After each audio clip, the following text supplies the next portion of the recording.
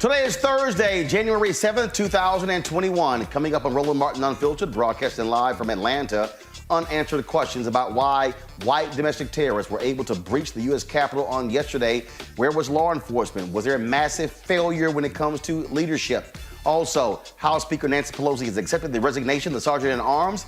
Senate Minority Leader Chuck Schumer says he wants the Sergeant-at-Arms on the Senate side to resign before he takes over as well.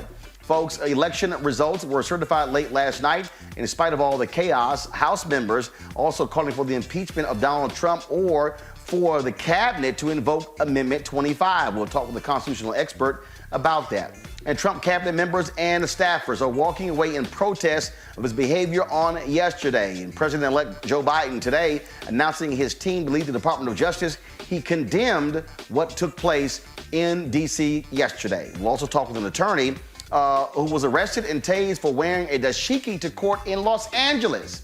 And a football coach in Tennessee has been fired for his racist attack on Stacey Abrams on social media. Plus, a police officer is fired and charged with filing a false police report in the arrest of a black man in California. Folks, it is time to bring the funk on Roland Martin Unfiltered. Let's go. He's got it. Whatever the piss, he's on it. Whatever it is, he's got the scoop, the fact, the fine. And when it breaks, he's right on time and it's rolling. Best believe he's knowing. Putting it down from sports to news to politics. With entertainment just for kicks, he's rolling. It's on go, y'all. It's Roland Martin, yeah. Rolling with Roland now. He's funk, he's fresh, he's real, the best, you know he's Roland Martin now.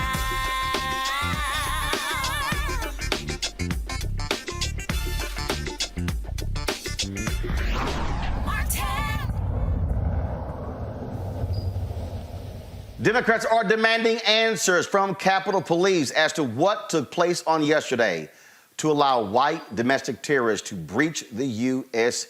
Capitol. A lot of questions, very few answers. Here's a video that was shared on TikTok to give you a sense of how the Trump terrorists overwhelmed Capitol Police. You'll see in this particular video here, you'll see where here you have them trying to hold them back. Then all of a sudden, they're fighting these Capitol Police officers. There are not enough of them.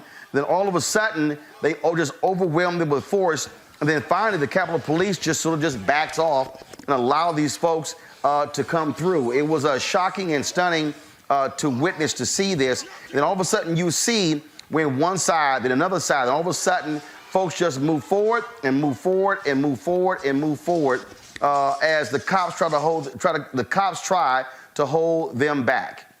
Folks, it makes no sense what took place on yesterday. Keep in mind, there have been numerous protests near the U.S. Capitol. And in fact, Congresswoman Maxine Waters, she said that she was assured 5 days ago, by the police chief of the Capitol that they were prepared for the crowds. He told her they would not even be allowed on the Capitol grounds. Look at this video here, and you will see they clearly were allowed on the Capitol grounds. And so, again, a tremendous amount of questions that people are asking. Speaker Nancy Pelosi spoke today, and she said that she had handed and received the resignation of the House Sergeant-at-Arms. That person is supposed to protect members of the House of Representatives.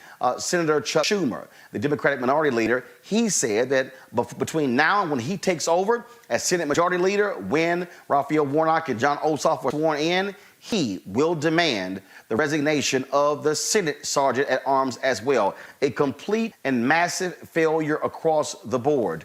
D.C. Mayor Muriel Bowser, she also spoke today where she made clear that they are going to build a 7-foot unscalable wall around the U.S. Capitol to protect the Capitol from any future protests from these Trump domestic terrorists. This is her today. We will be looking very closely at what's happening at the Capitol, working with leadership in the presidential inauguration. Okay, thank you. But you did hear the secretary offer two very important points already, that the fencing up around the Capitol, non-scalable fence in place through the inauguration, and the large strength that will be coming on by this weekend, up to 60 will be available through the inauguration. Which is a larger composition of personnel than we would have for a standard inauguration. Thank you. And just one follow-up there for you, Terry McCarthy. The black fence said at least 30 days, more than 30 days that will be erected. At a minimum. At a minimum. We'll work that in coordination with, as well as the Kellys. Thank you. Yes, Mark. Mark Seagraves, NBC Washington. Two questions for Secretary. One, could you, and I tried to follow along, could you repeat the specific about the fence? Will it completely surround the U.S. Capitol complex, the fencing? Could you give those specifics one more time? Yes. So Constitution to Independence first, and then the road there in front by the pond, it'll be all the way around. And how high will that be? 7 foot. 7 feet, Non-scalable. Compare that to what we see at the White House. This is what was available. We worked through this solution midstream yesterday, and we were on the phones to get as quickly as possible capability in place to extend the perimeter of the National Capitol complex. We keep many metropolitan police officers out into the streets so that in the event that if this was to recur again downstream, Chief Conte would have as much ability with police force as possible and week over the static security positions. And I appreciate it may not have been your decision, and we know it certainly, the chief and the mayor said it wasn't their decision, but what can you tell us about the lack of preparation prior to yesterday on the part of the U.S. Capitol, and why in months prior, while troops surrounding the Capitol and other protesters, but yesterday we didn't see anything. Why were there troops or any other backup security there yet? Given what we all knew, look, Domain, you must have had better intelligence than we all knew that was possible, if not likely. Well, we don't have rely on our intelligence from law enforcement and local police, obviously, but with respect to the pre-coordination, to the mayor's point, those that are all being looked at, there were discussions previous with the Capitol Police and others, and no request of the D.C. Navy were made. Obviously, there's a different branch of governments have to be requested to come onto the. Capitol Police Chief Steve Sund, a former police officer, said in his first public comments the chaos that rioters actively attacked Capitol Police and other law enforcement officers with metal pipe, discharged chemical irritants, and took up other weapons against officers. Now, the FBI, they plan to arrest upwards of 15 people. They have been scouring social media, looking at video and photos of individuals. A number of people who've also the protests have been fired by their companies for participating in these protests as well. Now, lawmakers from both parties have pledged to investigate law enforcement's actions and question whether a lack of repair allowed a mob to occupy and vandalize the building. So also, folks, just some other things in terms of to understand. The FBI also says 2 devices were found near the RNC and the DNC headquarters, and they also discovered a truck nearby that was packed with explosives and also guns and other items as well. And so clearly the individuals who were involved in this, they were meant to cause significant harm as Congress was meeting in the U.S. Capitol. The reason members are so upset, and later we're going to talk to 2 members, we'll be chatting with Congresswoman Brenda Lawrence right here. We also will be talking with Congresswoman Jahana Hayes. The members were in the Capitol. They had to be evacuated.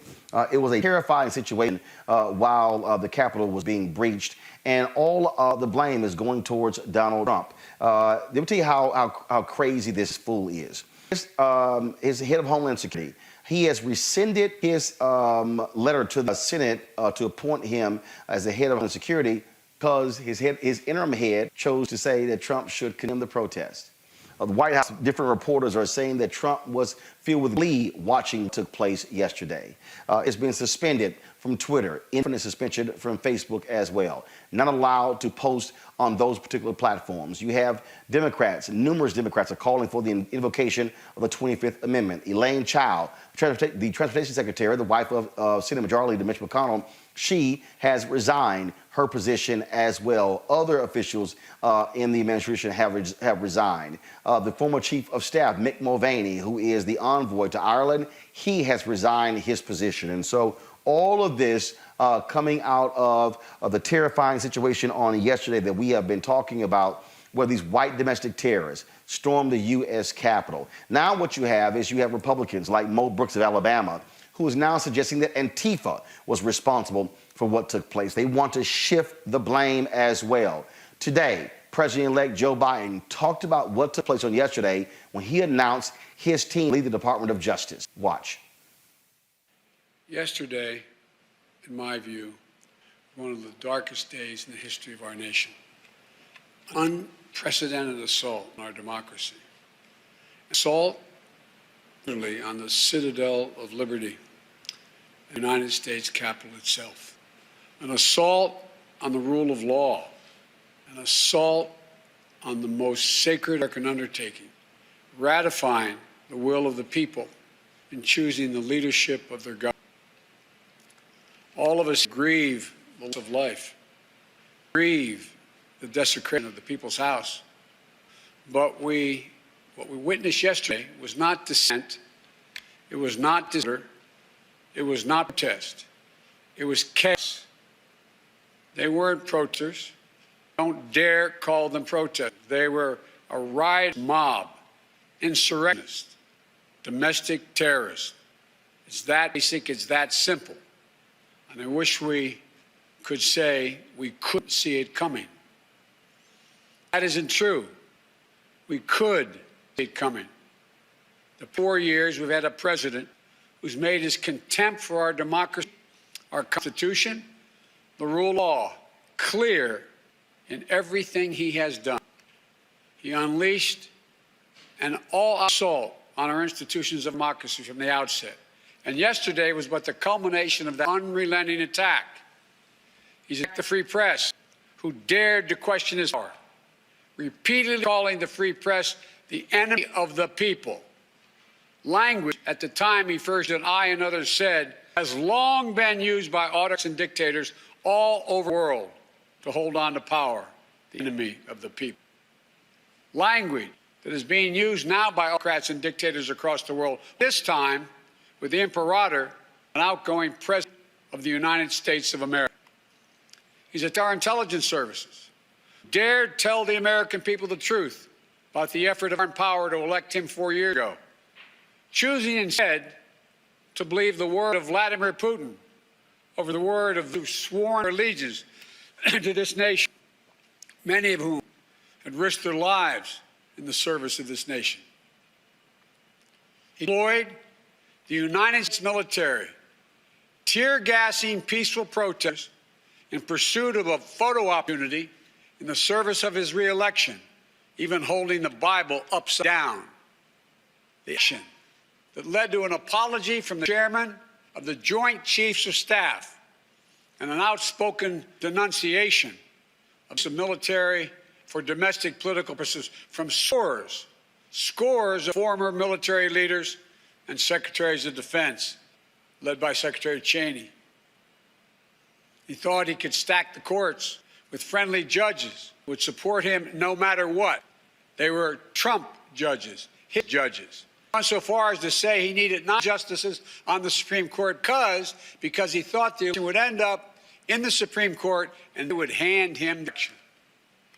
He was stunned, truly stunned, when the judge he appointed didn't do his bidding, instead acted with integrity, following the Constitution, upholding the rule of law, not just once or twice or 3 times, but over 60 times. Let me say over 6 times.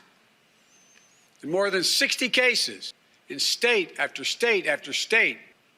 And the Supreme Court's judges and people considered, quote, his judges, Trump judges, use his words, looked at the allegations that Trump was making and determined they were without any merit. Nothing was just put this election in question or doubt by any of these judges. You want to understand the importance of democratic institutions in the country? Take a look at the judiciary in the nation. Take a look at the pressure it was subjected to by a sitting president of the United States of America. At every level, the judiciary rose to the moment during this election, did its job, acted with complete fairness and impartiality, with complete honor and integrity. When history looks back in this moment, it is just we've just passed through, I believe it will say our democracy served in no small part because of the men and women who represent an independent judiciary in this nation. Folks, so look at this video here. Rex Chapman posted this video here, and I want you to see it. This is a Capitol Hill police officer waving folks in. His post says, "Is this Disney World? Is this Disney World?" I mean, like literally, watch this video.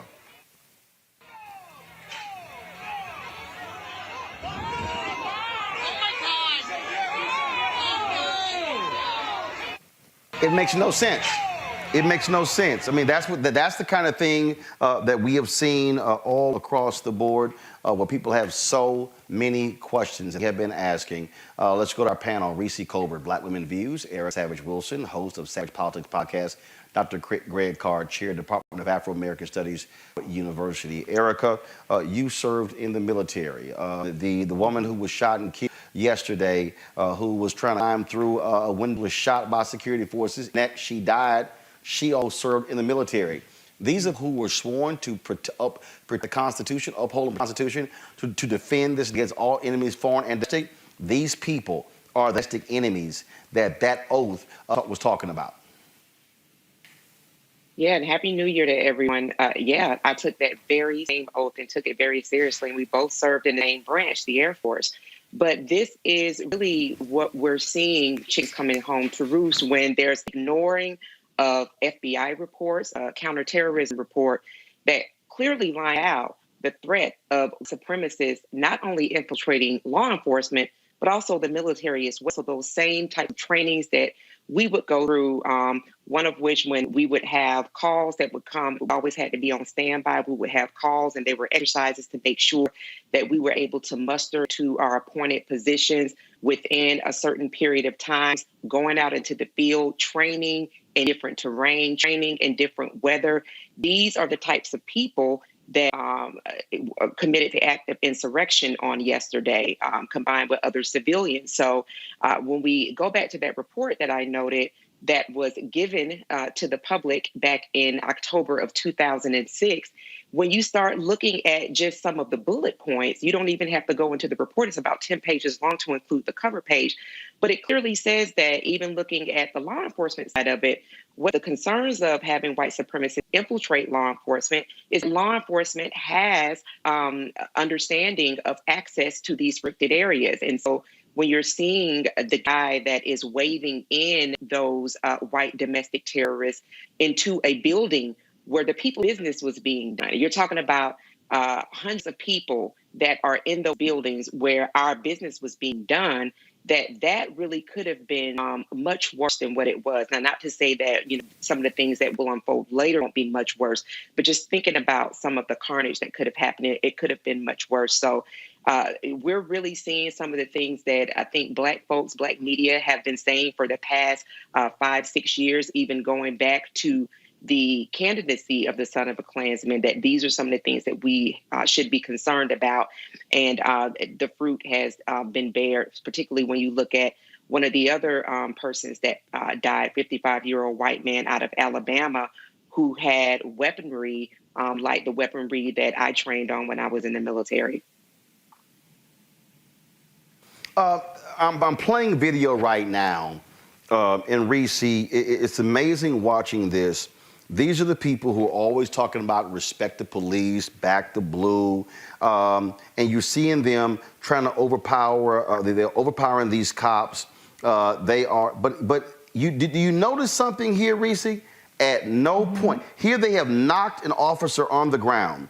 Okay, you see right here, this one guy he's grabbing two cops. At no point does anybody pull their gun out. Right. At no point. At no point do they not carry guns. I'm looking at guns. You cannot convince me that black people could storm a barricade, swing on the cops, and then you see how they got by, and they still walking. This is, at the end of the day, they allowed white people to do things that they would never allow black people to do. Absolutely. I mean, we have never seen images of white people being hosed and gunned down. I shouldn't say never. Let me say in contemporary times, okay? In the past several decades. We haven't seen the same images and the brutality against white people that we've seen against black people doing peaceful protesting. So this is not a surprise. I think that as a society, we've said it's unacceptable to inflict the kind of violence on white people, even when they are instigating it, even when they are rioting and doing this kind of behavior. You see how they act when they win the championship for their college team, or their hockey team wins the championship. They out there flipping over cars, acting a damn fool. So this is how they've been trained to interact with white people. So it's not a surprise doing that. So you have the fact that number one, don't feel as empowered to to use brute force against white people, but then you have people that are aiding and abetting them as well, because they're on the side of white supremacists. They're sympathetic to their cause.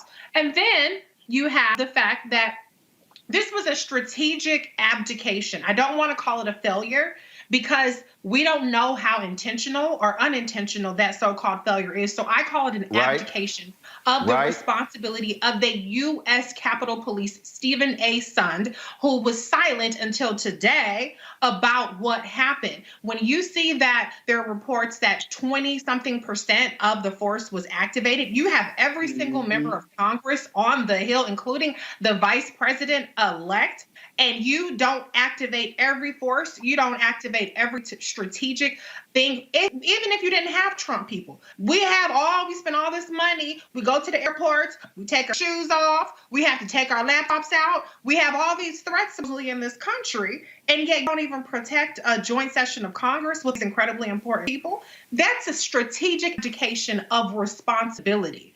And we need to understand where those calls came from.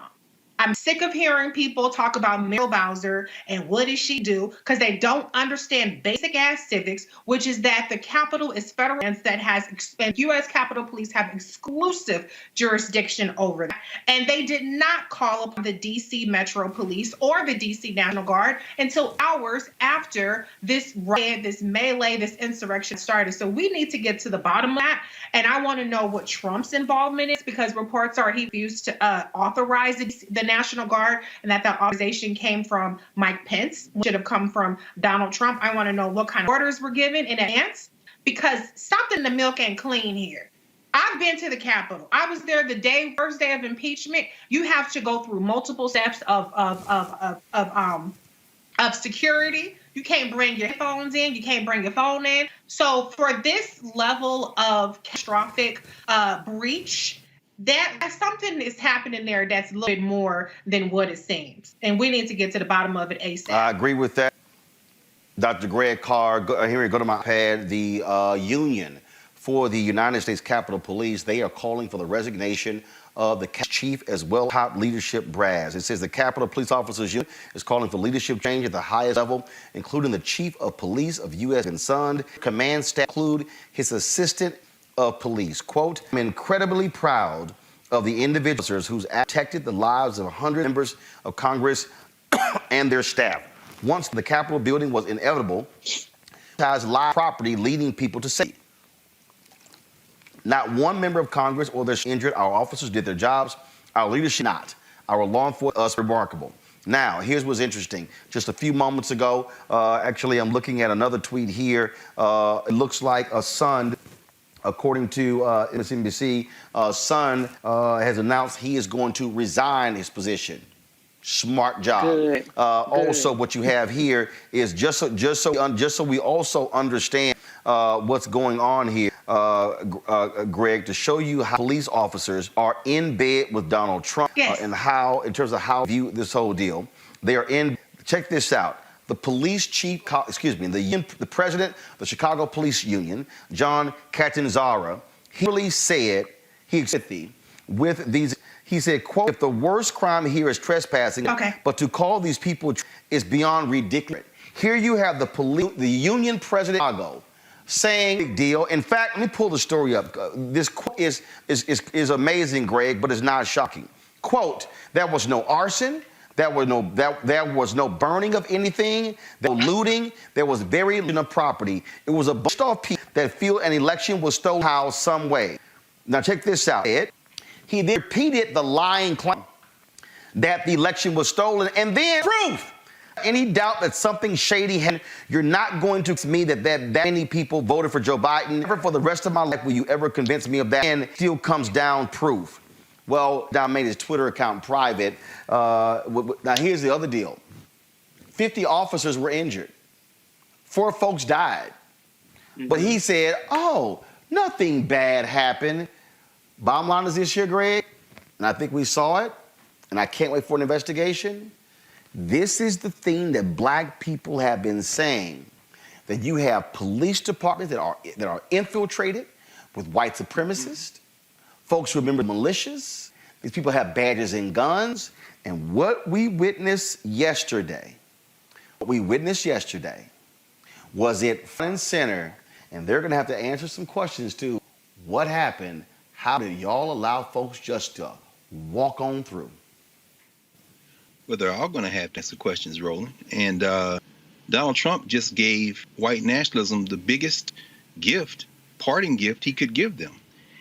This performative absolution that we're seeing right now, everybody's going to throw everybody overboard. When the police union calls for all the leadership of the police to resign, that should be your first clue. This is BS. And, let's just be very careful here, because nobody, like, as you said last night on the show, is surprised. We've been trying to tell you.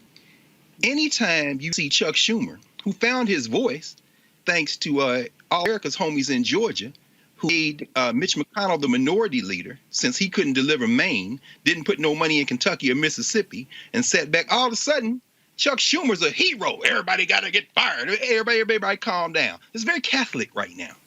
You see, everybody's confessing. Except there ain't going to be no priest to save you, and it ain't going to be no damn Hail Marys to save you, because what everybody is doing now is trying to divert attention from the fact that Donald Trump is the symptom. The sickness is whiteness. And you're absolutely right, Reese. There's strategic abdication going on right now. Those white people yesterday were white nationalists, and they were aided and abetted by their white nationalist friends in the police force. By the way, we all saw the brother who was chased by those white folks till he got, and you saw him kept going to his shoulder calling for backup that never showed up. And when he got up there with those other white cops for a split second, he hesitated. And I'm thinking, is he trying to figure out whether those cops going to go with them or go with him? But what we see is that this has been a coordinated attack. Now, I'm sorry, Joe. I'm sorry, Mr. President-elect.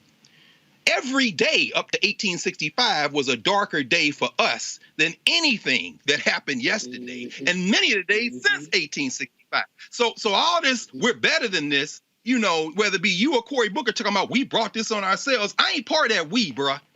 And let me tell you about the white people who are not part of that we. Those white people in Portland that you sent the police in there and beat their ass, those are called race traitors to the white nationalists. So there are white people that get beat, and you send a whole hit squad to the West Coast to take out that left wing dude. So let's be very clear. Heads are going to roll because the people who don't want to be held accountable have been given, through Donald Trump, a gift-wrap way to claim that they were never part of it. Every last one of them people that's saying they're going to try to resign from the White House should be trapped in that building. John Empty Barrel Kelly saying, if I was there, I'd call for the 25th Amendment. Shut up. Hell no. All them, Kelly, or whatever, McEnamey, Ashley, whatever her name is, gave a 2-minute press conference today.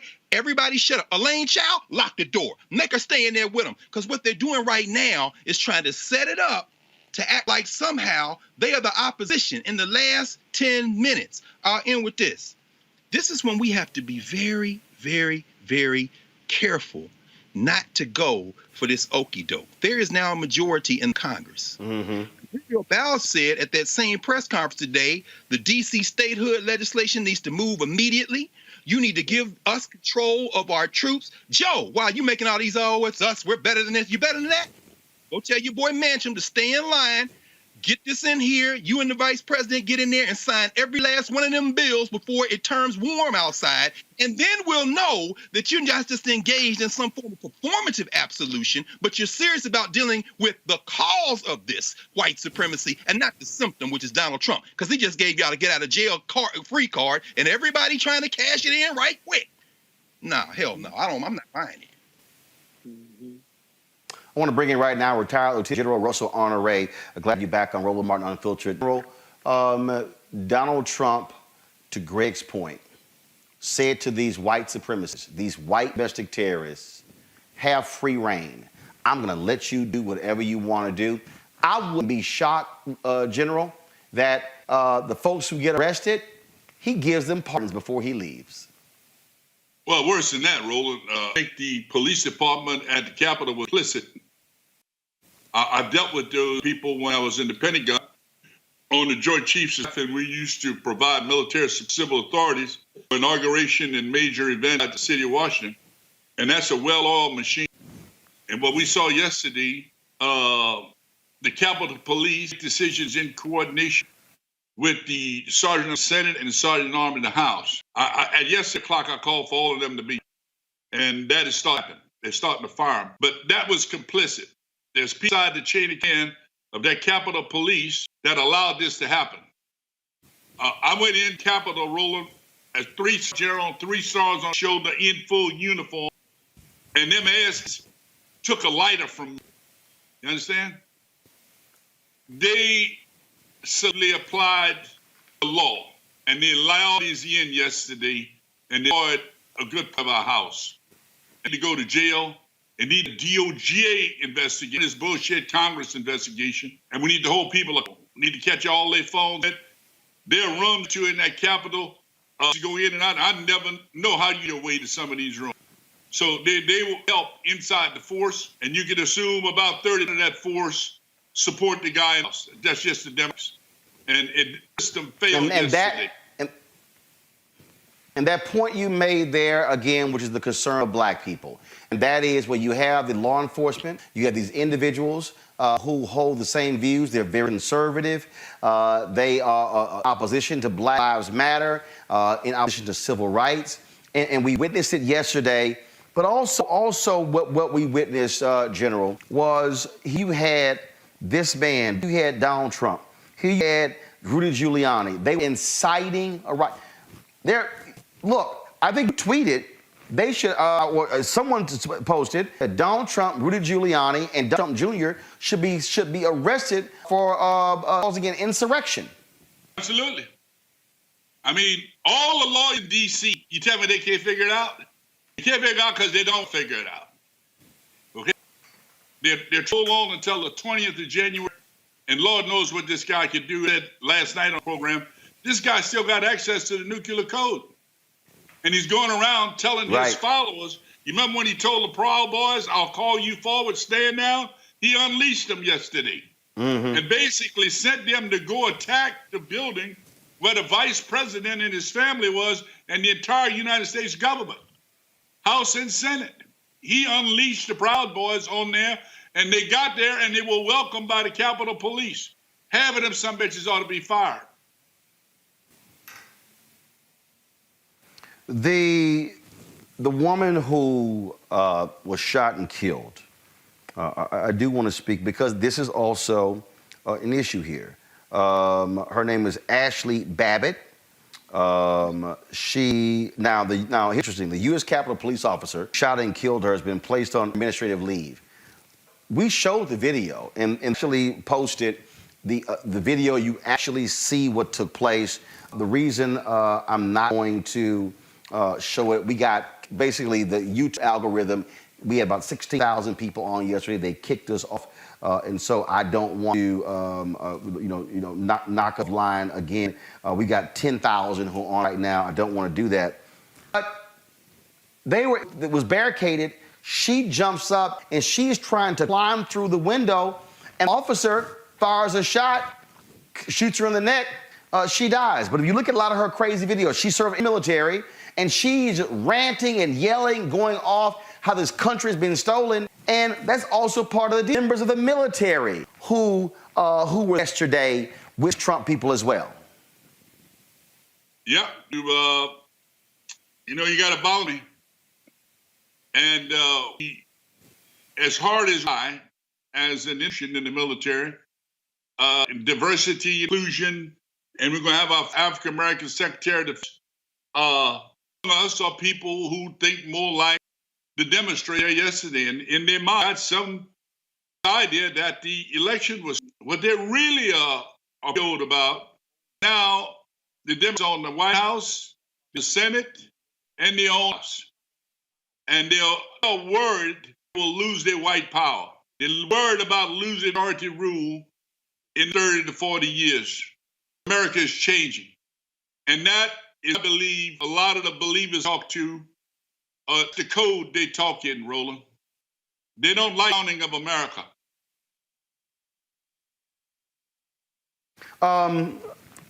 General, from your perspective, what next? Because here's what I keep saying. These white domestic terrorists, they're not going anywhere. These people are going to cause more mayhem. There's going to have to be a lot more vigilance. There's going to have to be, a lot more focus. And this is where, and here's the other deal. I mean, you still have not had a major news conference from the FBI. You have not. This is why Donald Trump is so dangerous. He is literally preventing the federal government from investigating what they should be doing this year. You cannot convince me under any other president that if there was an insurrection on the day the Congress was in session, the House and the Senate, you would not have someone coming out talking to the American people, giving an update. They found 2 explosive devices near the Democratic National Committee, Republican National Committee. There was one guy who was arrested with 11 Molotov cocktails.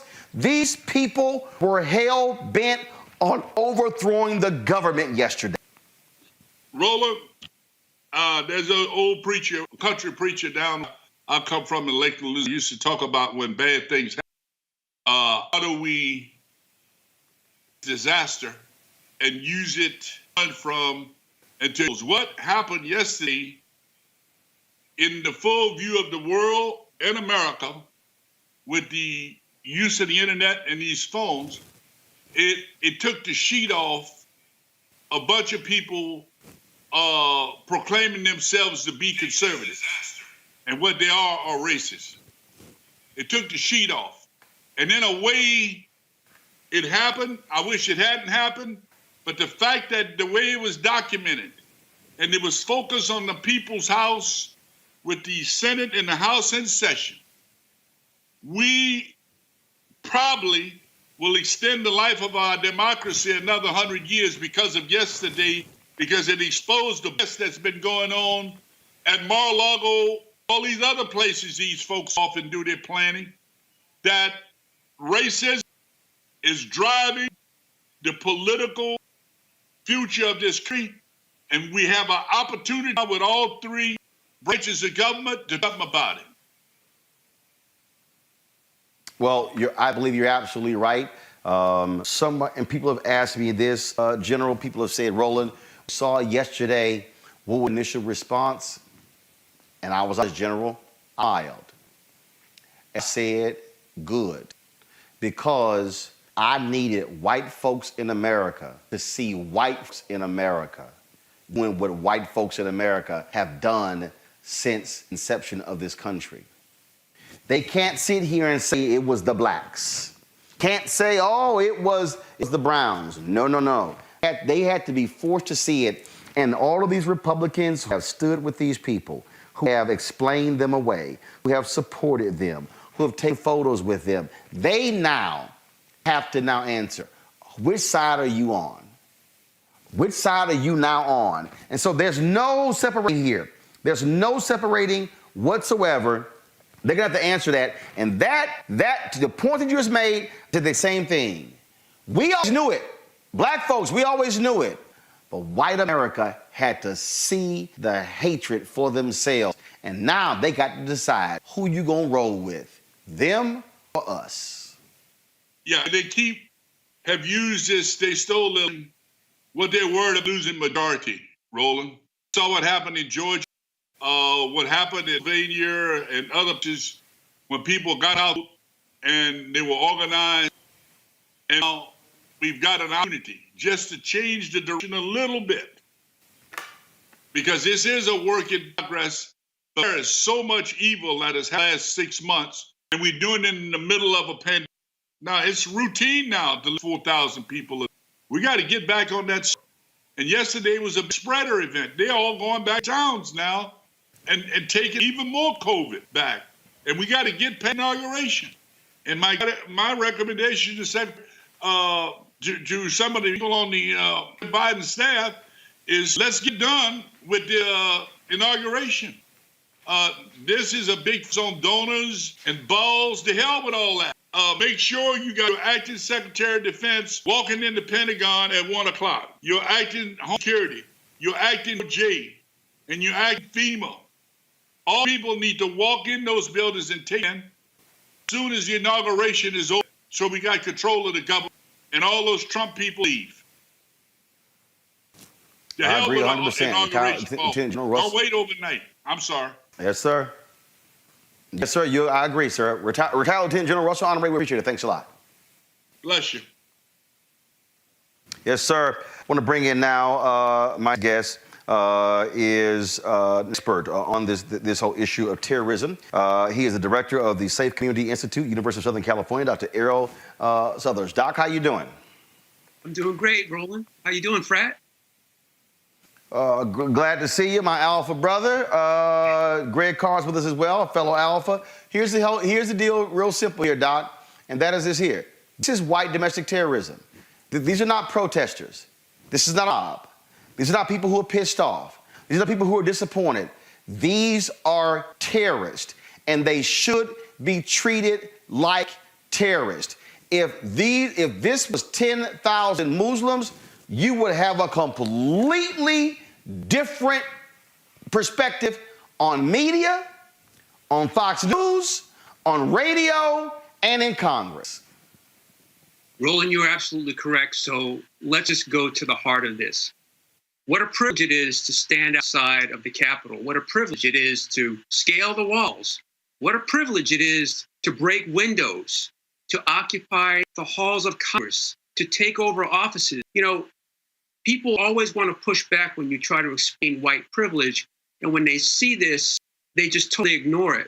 This incident yesterday was reminiscent of Charlottesville on steroids on a number of accounts. But to your point, this is terrorism.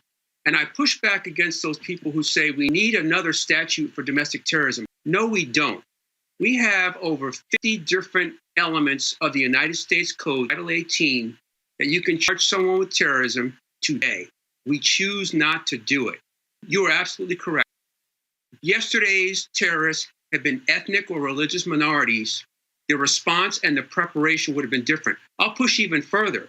The response to protecting the Lincoln Memorial when Black Lives Matter was there this summer was demonstrably different than what you saw yesterday. So we can get into it, but there are a lot of failures that took place in Charlottesville that also took place yesterday, and there's no excuse for it because the intelligence that was out there and available was ignored by law enforcement. And to the point of your previous guests, we had a report, and as you know, I'm a former FBI agent. 15 years ago, the FBI produced a report that was heavily redacted that documented the infiltration of law enforcement by white supremacists and white nationalists, and nobody wanted to see it. And what they did see was very, very little. We haven't left that issue yet, and it's even worse. The next step, there's going to have to be, and I think back to COINTELPRO, but Congress is going to have to deal with a massive amount of surveillance of these people. The problem here, Doc, is that I believe that these people are aided by Republican political leaders. So we're dealing with, I mean, this is really, you know, the FBI said that the biggest problem facing America, the biggest threat is going to be this white domestic terrorism. We have to understand, this is white domestic terrorism that is united with Republican political leaders, that's united with police officers, and it comes down to who the hell do we trust? Great point. So, and to your point about COINTELPRO, let's face it, you know, when the FBI investigated civil rights issues, it wasn't because they wanted to, they had to. So what you're seeing now is an FBI that, of course, has been demonized by this current administration called the deep state. However, they have the resources, and I believe they have the political will to do the right thing. I'm disappointed that here we are again dealing with Black identity extremism. And by the way, I testified in front of the Congressional Black Caucus a year and a half ago, looking back against that. Director Wray withdrew it and says, we're not going to do that. Now I'm looking at a document 2 weeks ago that says essentially the same thing without the title. So you're absolutely correct. We've got some work to do. But I will say this, that the infrastructure is there. The thwarted plots to kidnap the Michigan governor and the governor of Virginia were done because the FBI can do what they need to do. There has to be a purge of some individuals or group in law enforcement. We all know that. There has to be some cleansing with regard to perhaps the Congress.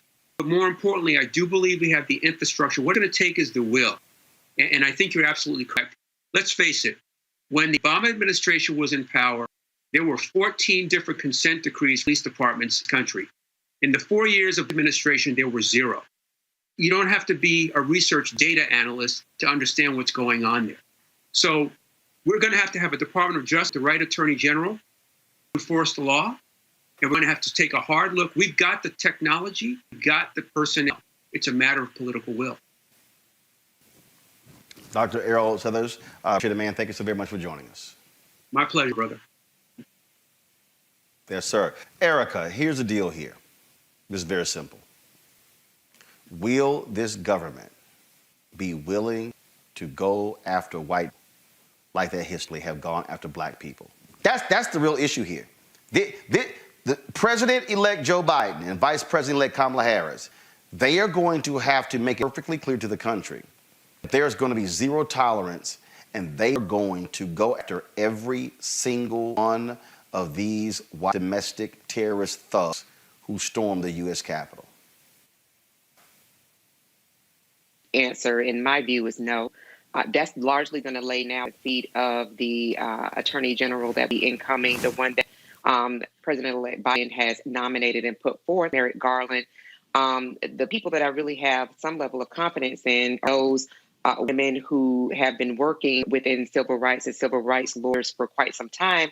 That's the assistant, who is Kristen Clark, friend of the show, someone that you know well, and also Benita Goop, also a friend of the show, someone else that you know very well. Outside of that civil rights division that will be formed up with the Department of Justice, which unfortunately on yesterday was subject to a hack, which is, really not a coincidence, looking at who this person is that's currently in office.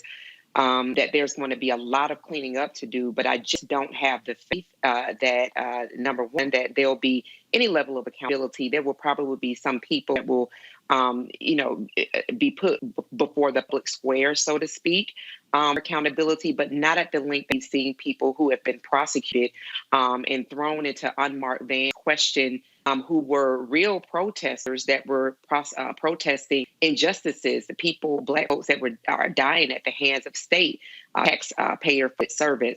So to go back to your question, again, I do not have any faith in that. I think that's where an engaged citizenry comes to effect, that, even with everything that we are facing, the general talked about, we had 44,000. Actually,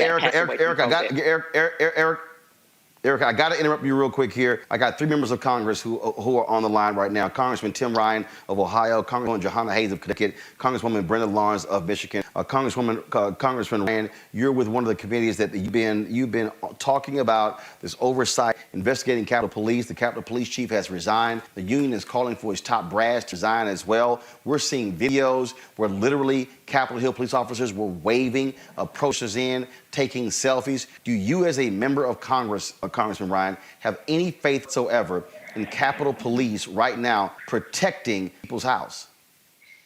There's a big gap, the trust level now, and it's something that we got to fix immediately. We have the vast majority of the rank and file guys did a good job yesterday, but they were set up for failure. I mean, we did not have the backup. They did not have the personnel needed. We did not have the National Guard teed up, ready to go.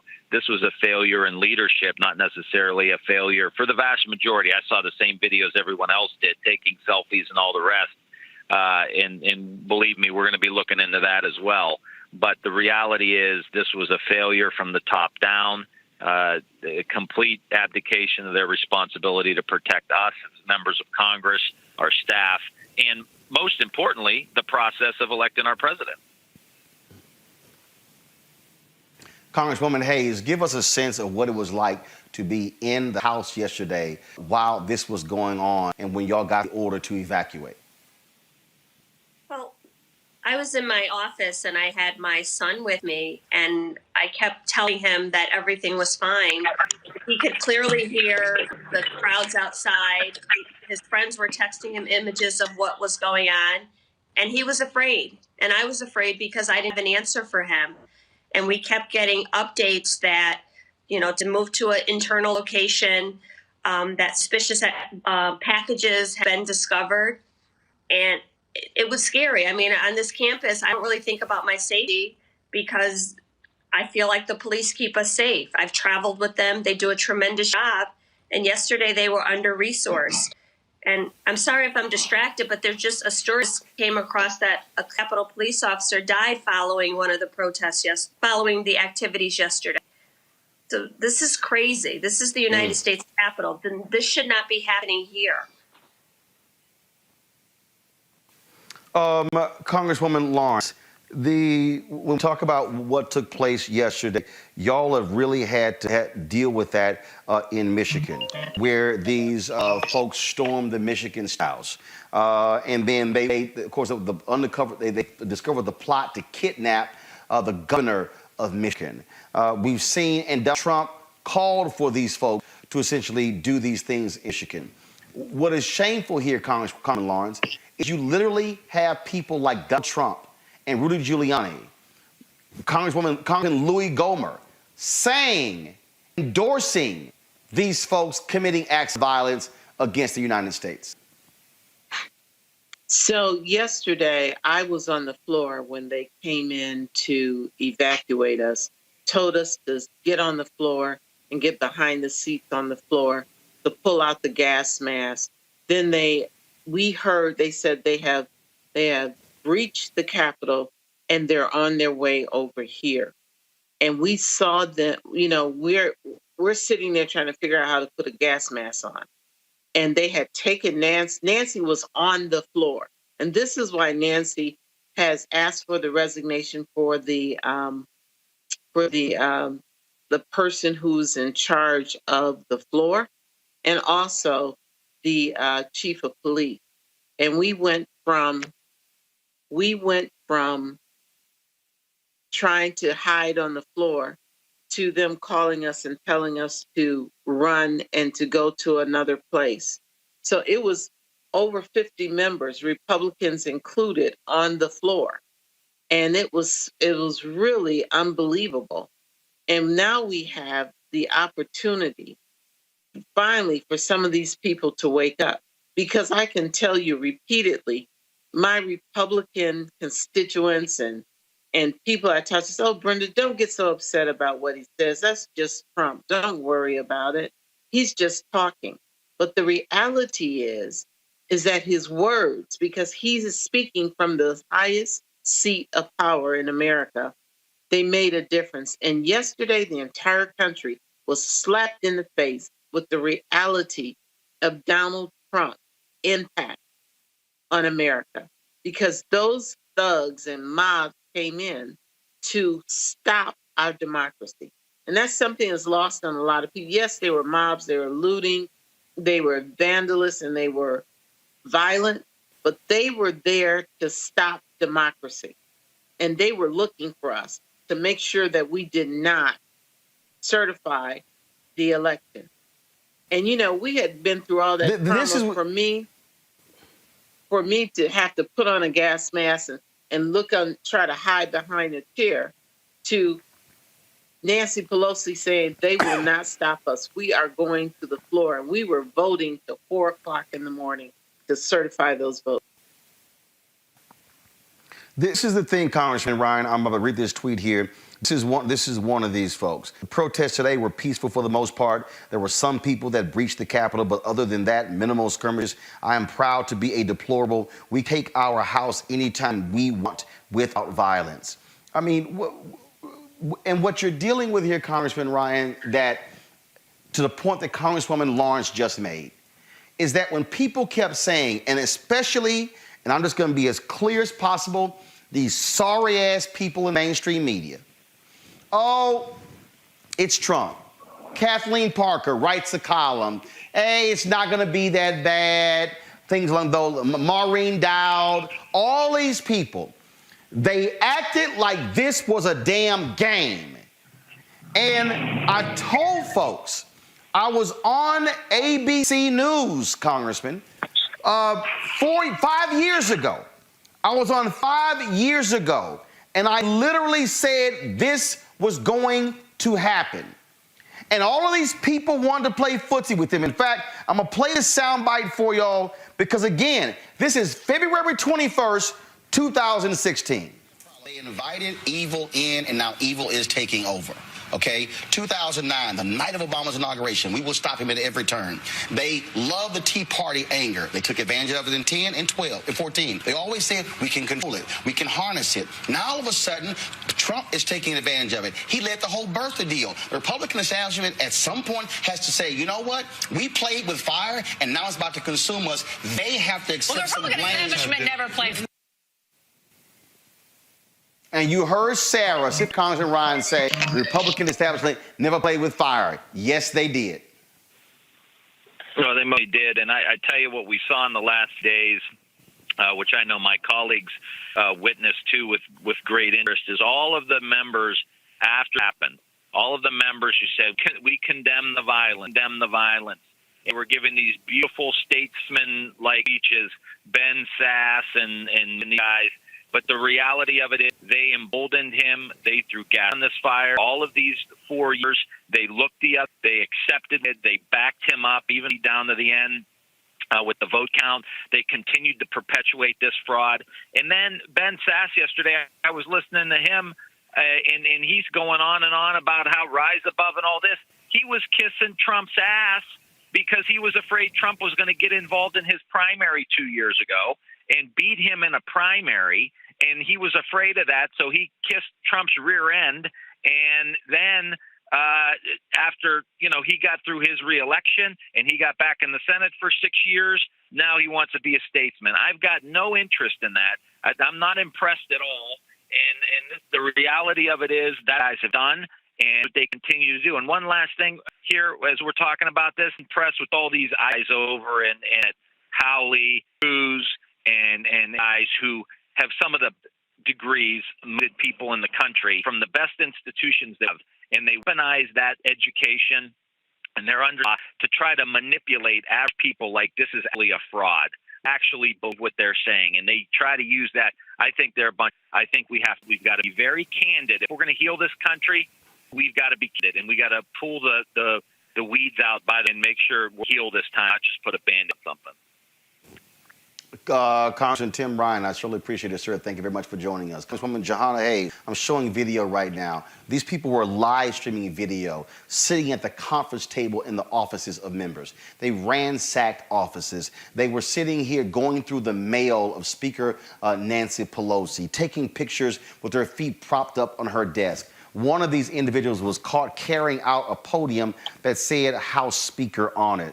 I mean, what we saw was sheer thuggery. And now we're seeing the police union president in Chicago say, well, not much was done. Nothing really significant happened. These people were simply frustrated. To listen to Republicans make excuses for these people. Now you have one of your colleagues, Mo Brooks of Alabama, who is absolutely nuts himself, saying, well, no, these were not, well, this was Antifa. Now you have Lindsey Graham, who wants to say, well, if Democrats, if you want to condemn these people, then you must condemn Black Lives Matter protesters. Give me a break. What happened here yesterday is unjustifiable. It doesn't matter who it was. First of all, we know who was here yesterday. We know, the Proud Boys, their leader had been arrested. The president called a coordinated effort, asked people to meet him in D.C. on January, gave them a directive in the morning to walk up to the Capitol and make their voices heard. But let's be clear. We're not just talking about an office building here. This is the center of our institution of government. This is where the people's business happens. So breaching this means so much more. Coming here and desecrating, denigrating the Capitol, making this place unsafe to do business has much greater implications. People have a right to protest, and we've seen that over and over where people are elevating their voices. But for my colleagues then to come back and then continue to object to the Electoral College, to try to justify or place blame or figure out who it was. It doesn't matter who was on this hill yesterday. The violence that happened here is inexcusable, was incited by the president, was emboldened by the president, and has not been denounced by the president. Hard stop. So anything that they're trying to do to justify it, to explain it away, they too should be held accountable for that. Congresswoman Johanna Hayes of Connecticut, we surely appreciate it. Thank you so very much. Thanks, Roland. For you, thank you very much. Last, and glad that you're safe. Congresswoman Brenda Long, we have seen folks call for the invocation of the 25th Amendment. I just got a text that said Vice President Mike Pence, his staffers have made it clear he does not believe in that. I really believe Congress should move, the House should move to impeach Donald Trump immediately, force the United States Senate to take a vote, and if the force Republicans to the record, because man is dangerous. We do not know the hell that this man may unleash over the next 13 days. He is unstable, he is crazy, he is demented, he is out of his mind, and Lord knows what he will do to the United States over the next 13 days. I care about him being banned on Twitter and Facebook. This man still has control of the nuclear codes. Yes. He watched with glee what happened yesterday. He called on these people to march to the Capitol. He gave the order. He gave the order and they followed it. And I think you force these Republicans to vote. And the other point is this: if Republicans had the courage to vote in order to remove him, to actually impeach him, he would be barred from running for office again. I absolutely 100% amen. You're preaching right now to the choir. I have put out a statement that we and Nancy Pelosi, who drug her feet to impeach Donald Trump, she is so infuriated by what happened, because this was like a slap in the face. Everyone who tried to ignore him, say just, he goes low, we go high, that crap. This man is dangerous. And I truly support the 25th Amendment. I saw Pence moving and making statements. Because, the other thing that a lot of people don't realize, Pence was in the Capitol. Nancy Pelosi was in the Capitol. So the second and third two in line to the president were in danger. And Pence was very angry yesterday. Because you know what? His life was on the line. But we saw that so many people now have had to come out with these fake statements to Republic. Well, we denounced what happened. But the reality is you didn't do it soon enough. It's exactly what you said, Roland. Year after year, day after day, week after week, we have been saying this man is destroying our democracy. He riled those people, incited a riot, then got in his armor-protected car and rode back to the White House and turned on the TV, and I'm sure enjoyed it. And did you the thing that infuriated me during his tenure, this thing about the flag. Did you see that mob take down the United States flag, take it down and hoist the Trump flag? Now and he called them patriots. I mean, that's a big deal to them. And here he is, everything that he claims he's for has been contradicted. And all of these Republicans sticking their head in the sand, and I could say somewhere else, ignoring what the reality is. This is not a joke. I was sitting there in that room hearing these people banging on the door, trying to get in the chambers, wondering if my life was going to end. Nancy was right. We were not going to let them stop. We certified the vote. If nothing else happened, we will get rid of him on the 20th, but I believe that 13 days is too long. It's too much he can do, and the man is sick. I don't want to, they say don't speak ill of the dead. I'm not going to say he's crazy, but he is sick. He needs to be taken out of office, all that power taken away from him. Let him sit in his little Oval Office if he wants to, but take his powers away because our country, we're in danger. You're absolutely right. Congresswoman Brenda Lawrence of Michigan, we certainly appreciate it. Thank you so very much. And glad Roland, that I you just two want are to safe. say thank you. I didn't get a chance to say thank you for everything you did in Detroit to bring out the vote. You were part of the team of success, and that's why we flipped Michigan. Thank you. I appreciate it. Thank you so very much. Let's go back to my panel here. Reese Colbert, Savage Wilson, and Greg Carr. Greg, I want to be you. The point that the Congresswoman made, and it wasn't lost. I saw the video yesterday, and we're playing it right now. I think back to all of trash talking Trump and all these folks had to say about Colin Kaepernick. And for them to literally take down a U.S. flag and to hoist a Trump flag, that said exactly who these people have an allegiance to. Roland, this is all theater. And I can't stress this enough. What Tim Ryan said basically is probably all it needs to be. People can argue about flags. They can argue about the scenes that we've seen.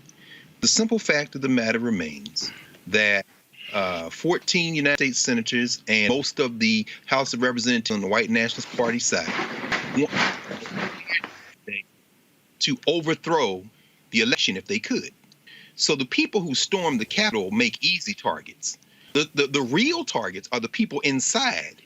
Josh Hawley, as we heard Ryan say, Ted Cruz, who are going to be involved in what we saw in those speeches yesterday was the first speeches of the 2024 presidential nomination contest on the Republican side. Chinless Tom Cotton figured the odds and decided to keep his powder dry on the other side.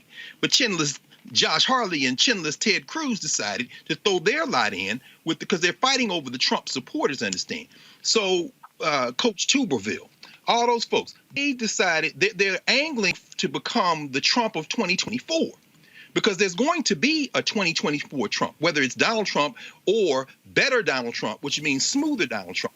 Now, after what happened, you had a few of them who really don't have a political future, like the close to billionaire Kelly Loeffler, who was retired by Erica and them down there where you are right now. You know, in the words of Mobb Deep, there ain't no such thing as halfway crooks. Scared to death, scared to look. You shook. So what happened is she backed up. You ain't a crook, son. You just a shook one. So she stood up and said, I'm out.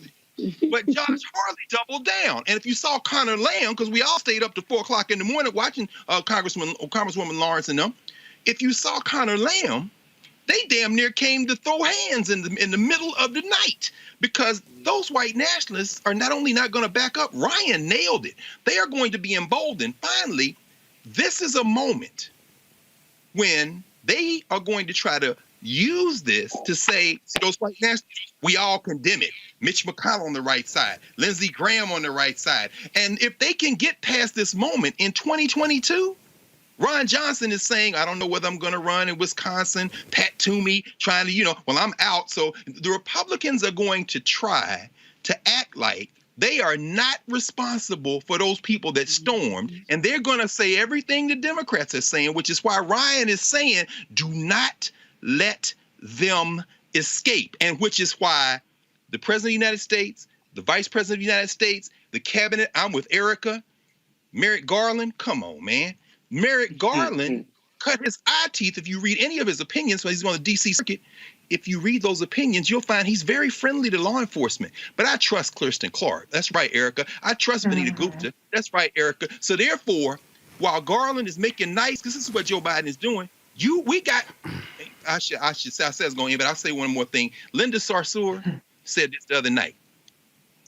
Politicians aren't your friends. Come on. So we now have our best opponents in the White House. Now we can be friendly, but we ain't gonna make this about flags and we're better than this and we got to stop. No, okay, that's very nice. Now set that aside. We want every last one of these policy things to go forward, or we're gonna break your back like we did to open white nationalists. That's it. We can't. Don't get caught up in the theater. Please don't get caught up in the theater. Reese, as we've heard, as Johanna Hayes said, a U.S. Capitol police officer has died following this riot. Also, when you talk about how folks are responding, Simon & Schuster, they have announced that they will not, they have canceled a book to be published by Missouri Senator Josh Hawley. His book was supposed to be called Tyranny of Big Tech. Not going to get published by them. Here's the thing that I think also is really important in terms of where we stand. You have to make the people pay. You have to make them pay at every turn. You have to deny them of everything. That is the only you are to deal with these people. They must everything.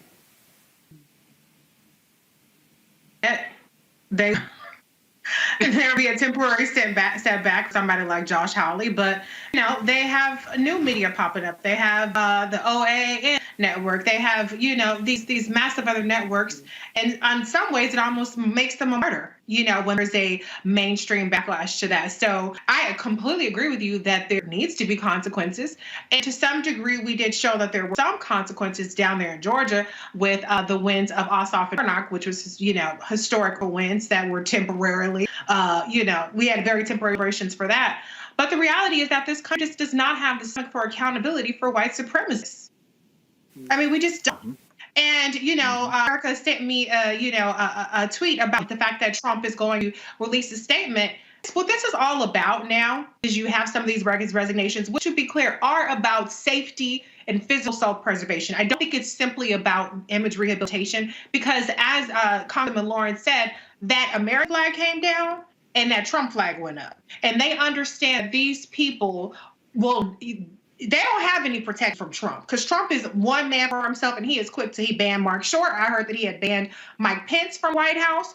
There's not enough fealty that you can show to Trump to satisfy these Trump people. And all those people in that Congress, whether you were a Democrat or whether you're a Republican, were equally as vulnerable from those Trump insurrectionists. And so they're trying to get the hell out of Dodge, because they don't know what Trump is going to do, and they don't know what these folks are going to do. But what Trump's strategy is, and what's always the strategy from the media, which shockingly a majority of them are saying insurrection and riot and this, that, and the other, and Democrats for once are on the right page of calling it what it is instead of beating around the bush, for the most part.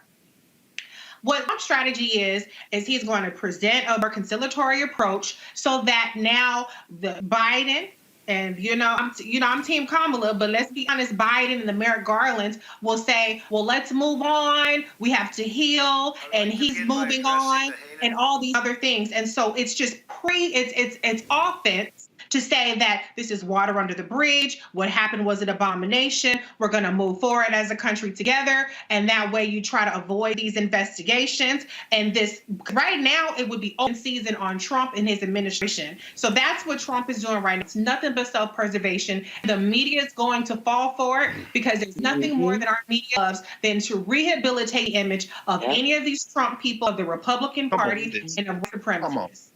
Yeah. That's right. Yep.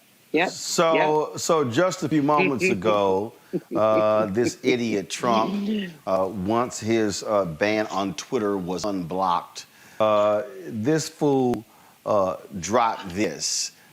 I wonder if this has anything to do with the 25th Amendment. Don't play his videos, but a moment like this, when you realize how easy man is, it's important to listen to the words. We're going to come back and break this down. Listen to this, frankly. Let me just say, listen to the Trump bullshit. I would like to begin by addressing the heinous attack on the United States Capitol. All Americans, I am outraged by violence, loss, and mayhem. I immediately deployed the National Guard and Federal enforcement to secure and expel these. America is always be a nation of law and order. Demonstrators who infiltrate the Capitol have defied the seat of American democracy. To those who engage in the violence and you do not represent our country, and to invoke the law, you will. We have just been through an election, and the are high, but now must be cooled, calm, restored. We must get on with the business of America. Campaign vigorously pursue legal avenue. Test the election. My only goal was to the integrity of. In so doing, I was to defend democracy. I continue to strongly believe that we must reform our election law to verify the ID and eligibility of all, and to ensure faith and confidence in all future elections. Congress has certified the results. A new administration will be inaugurated on January 20th. My focus now turns to ensuring a smooth, orderly, endless transition of power. This moment calls for healing and reconciliation. 2020 has been a challenging time for our people. A menacing pandemic has upended the lives of our citizens, isolated millions in their homes, changed our economy, and claimed countless lives. Defeating this pandemic and building the greatest economy on earth will require all of us working together. It will require a renewed emphasis on the civic values, patriotism, faith, community, and family. We must revitalize the sacred of love and loyalty that bind us together, one national family. To the citizens of our serving as your president has been the honor of my life, and to all of my supporters. I know you appointed, but I want you to know that our incredible journey is just beginning. Thank you. God bless you. Bless America. Anybody want to comment on that, Ash? The was lies you excellent. tell. No, but that was excellent. In fact, you know what? I'll just say this very clearly. Reese, you're right. The impulse will be talk about healing, talk about, let's be very, very clear. Until that moment you showed that, Roland, I was kind of ambivalent about the idea of impeachment. And like we politicians aren't our friends. I like Ilhan Omar saying, I'm drawing up, and then she drew up the articles of impeachment. She's got some signatures. Here's why I now come down on impeach him. Because he's basically would be impeached for the same thing that he was impeached for the first time, except now, Mr. Ben Sass, I said, Ryan nailed it. This time, impeach him quickly, put it in the Senate, make those white nationalists stand up and remove him, and add this: ban him, bar him from ever running for public office. Because what we just saw, to Reese's point, is this man trying to set himself up so he might run again in 2024. Now I come down on the side of impeachment. I'm with Omar and them now. You got to do it. You got to get it to the Senate, and let's see in this moment if you can get him removed, because that's what he just set up. On it, man. I hadn't seen that. Yeah. And the media. Here's the deal, Erica. Erica, here's the deal. All right, you move on it. What you gonna do, Susan Collins? What you gonna do, Murkowski? What you gonna do, Romney? What you gonna do, Sass? That's 4 votes right there. That gets it done. Roland, you already know what they're going to do. They're going to be deeply disturbed. This is really kind of sycophantic behavior and that kind of language that we continue to hear from these folks all these years. But to Reese's point about the whole rehabilitation piece and that the mainstream media is going to roll out really platform in order for this to be done.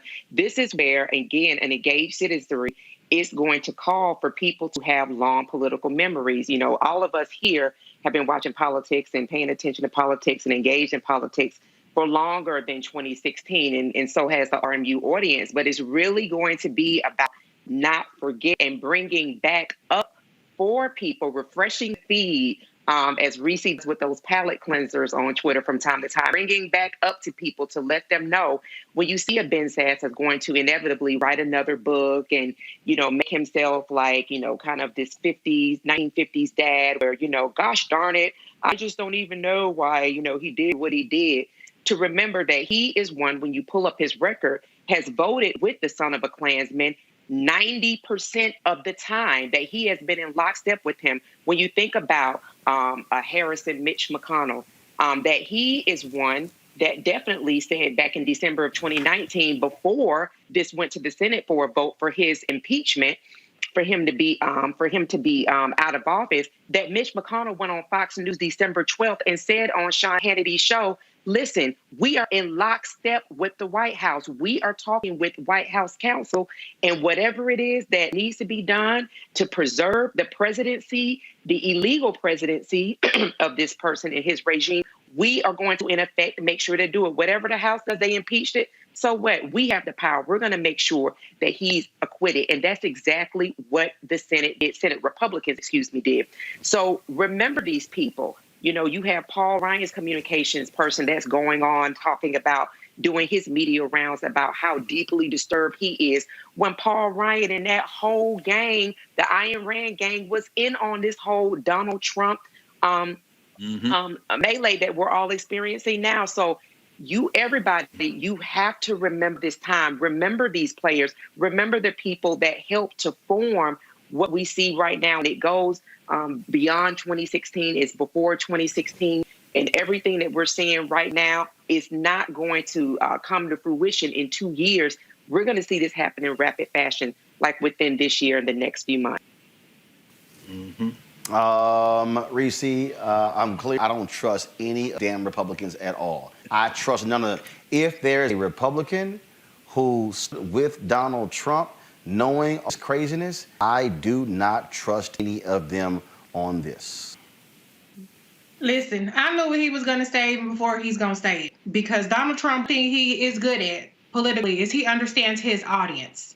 And his audience in that video was the mainstream media, the pundit class, the Republicans, the Mitt Romneys, and to a certain extent, Chuck Schumer. Like I said, Joe Biden, Merrick Garland. Like I said, it's no shade because, you know, whatever. I'm not going to go in on Joe because that's my guy now because, you know, Kamala's my girl.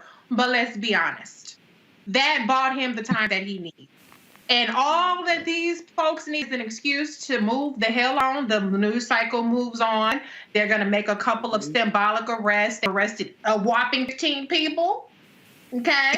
And they're gonna give people, put us on this cat and mouse chase. Oh, identify the white supremacists. They're going to keep us distracted a little bit, and they're going to move the hell on. That video bought him time. That video was for his base. And that video was to pre-rehabilitate his image and to remove the cover because it's very easy to remove the political will from people to really go balls to the walls against Donald Trump and say, leave it alone. Let's not investigate. Let's not do all this stuff. He's going to pull some more crazy shit before he leaves because he still has to pardon himself. Okay, so he's going to do that. But what it's just trying to do is trying to assuage people's concerns. Now the Republicans that are on their high horse, they're going to back off a little bit, and the Democrats are going to waver a little bit. They're not in Congress anyway, so they're drawing up articles of impeachment. You still need Nancy Pelosi and Chuck Schumer, well, Mitch McConnell to call them back to Congress. That's probably not going to happen, particularly after that video. So, I mean, I don't make any excuses for it, but we know what kind of society that we're living in. We're living in a society that's gotten us to this point because white supremacy has always been enabled. And when you put a nicer face on it, Josh Hawley, Ben Sass, and now Trump playing nice for now, everybody is very enthusiastic about moving on. So I think we'll give it a day, maybe two. And like I said, this cat and mouse chase and some other topic will come up and the news cycle will change. And our country, to be honest, has a very short attention span. I know, like Erica said, we need to have a long memory, but we don't. We're the same country that's fighting vaccines. We can't even get this goddamn COVID pandemic under control. He got 74 million votes. It was still close in Georgia, which it was a miraculous win, don't get me wrong. We don't have the people in this country to really make them pay the way they need to. So I hate to be Debbie Downer on the situation, but let's just be honest. Like I said on Wednesday or Tuesday, we have not defeated white supremacy. We've only bought ourselves a little bit of time, and white supremacy bought themselves a little bit more time with that Donald Trump video. That's right. You're absolutely right. All right, folks. Here's a piece. I'm going to go to a break in a second. I'm going to come back and talk to Dr. Chris Metzler about the 25th Amendment. Folks, right now, more than 12,000 of you watching us on YouTube, nearly 2,000 on Facebook. Yesterday, we hit our all-time high, 16,500 people watching simultaneously on YouTube. We created this platform as a way for us to be able to speak to our issues from our perspective, to have black experts like Dr. Southers, Lieutenant General Russell Honore, to be able to have two members of the CBC, to have Tim Ryan on. Coming up next, Chris Metzler. We need you to support what we do. Please join our Bring the Funk fan club. You can support us via Cash App, $RM Unfiltered, PayPal.me/R Martin Unfiltered, Venmo Martin Unfiltered, or Zelle is Roland at Roland S. Martin. Use a credit square by going to Roland Martin Unfiltered. You can also Order to New Vision Media, 1625 K Street Northwest, 100 Washington, D.C. And so we appreciate all of you who support what we do. If you, of course, you can join right there on YouTube or Facebook. But if you join directly with us, we get the full 100%. But if you join on Facebook or on YouTube, then we have to share the revenue 55-45 with those two platforms. So we prefer that you support us direct to join our Bring the Funk fan club because of the great things that we're doing. Messler's up next. I'm going to play this video. Greg referenced this. This was Congressman Conor Lamb last night when he called Republicans out on their lies. Ooh, they got a little bothered and hot under the collar. And so Democrats are like, y'all want to swing? Let's swing. Watch this. Enough has been done here today already to try to strip this Congress of its dignity. And these objectors don't need to do any more. We know that attack today, it didn't materialize out of nowhere. It was inspired by lies, the same lies that you're hearing in this room tonight. And members who are repeating those lies should be ashamed of themselves. Their constituents should be ashamed of them. And we know what's going to happen as soon as I walk away, what's happened all night tonight, what will continue to happen, they will take these same symbols, these same concepts, they'll smuggle them into their arguments, they'll make the same arguments. And I want at home, anyone who is still watching to know the arguments are not for them, they're for you. None of the evidence we wanted to discuss here tonight will change their opinions or what they're about to say. But you need to know that's not the end. It's not as if there's nothing we can do because of that, and if there was, I don't think this nation waited to almost 250 years. The fact is, Madam Speaker, the fact is that at the end of the day, people... Gentleman from Virginia. Gentleman say this point of order. Someone will say his point of order. Yes, ma'am. The gentleman said that there were lies on this floor here today, looking over this direction. I ask that those words be taken down. We may have a disagreement on matters, but... And it's not timely. This side of the liars. No, the gentleman was not timely. You didn't register at an appropriate time. We'll proceed. Thank you, Madam Speaker. Madam Speaker, the fact is that at the end of the day... Yeah, look, you say that about me every single day. The truth hurts. Hold your tongue. The gentleman will proceed. It hurts. It hurts them, this country, it hurts all of us. But the fact is that the people have made this country work by not giving in. Go ahead, shout it out. Say the gentleman is not order. The gentleman will proceed. One last thing, Madam Speaker, and I thank you for your patience. All people need to know, all they know tonight, Madam Speaker,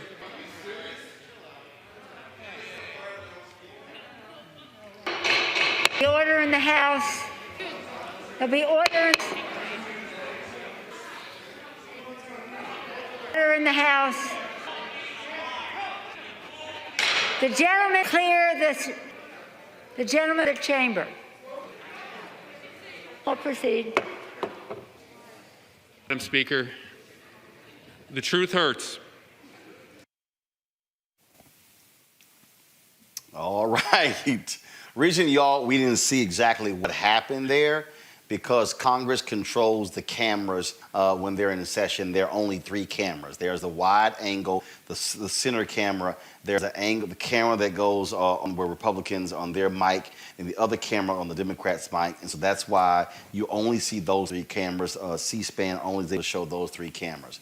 The issue of the 25th Amendment has come up a lot. As I said, Vice President Mike Pence, according to his advisors, has said he's not going to move forward with that. So what exactly is the 25th Amendment and what could its impact be? Joining us right now is constitutional law expert Dr. Chris Messler. Chris, first and foremost, you are conservative, you're a Republican, you've seen all of this madness, what took place on yesterday.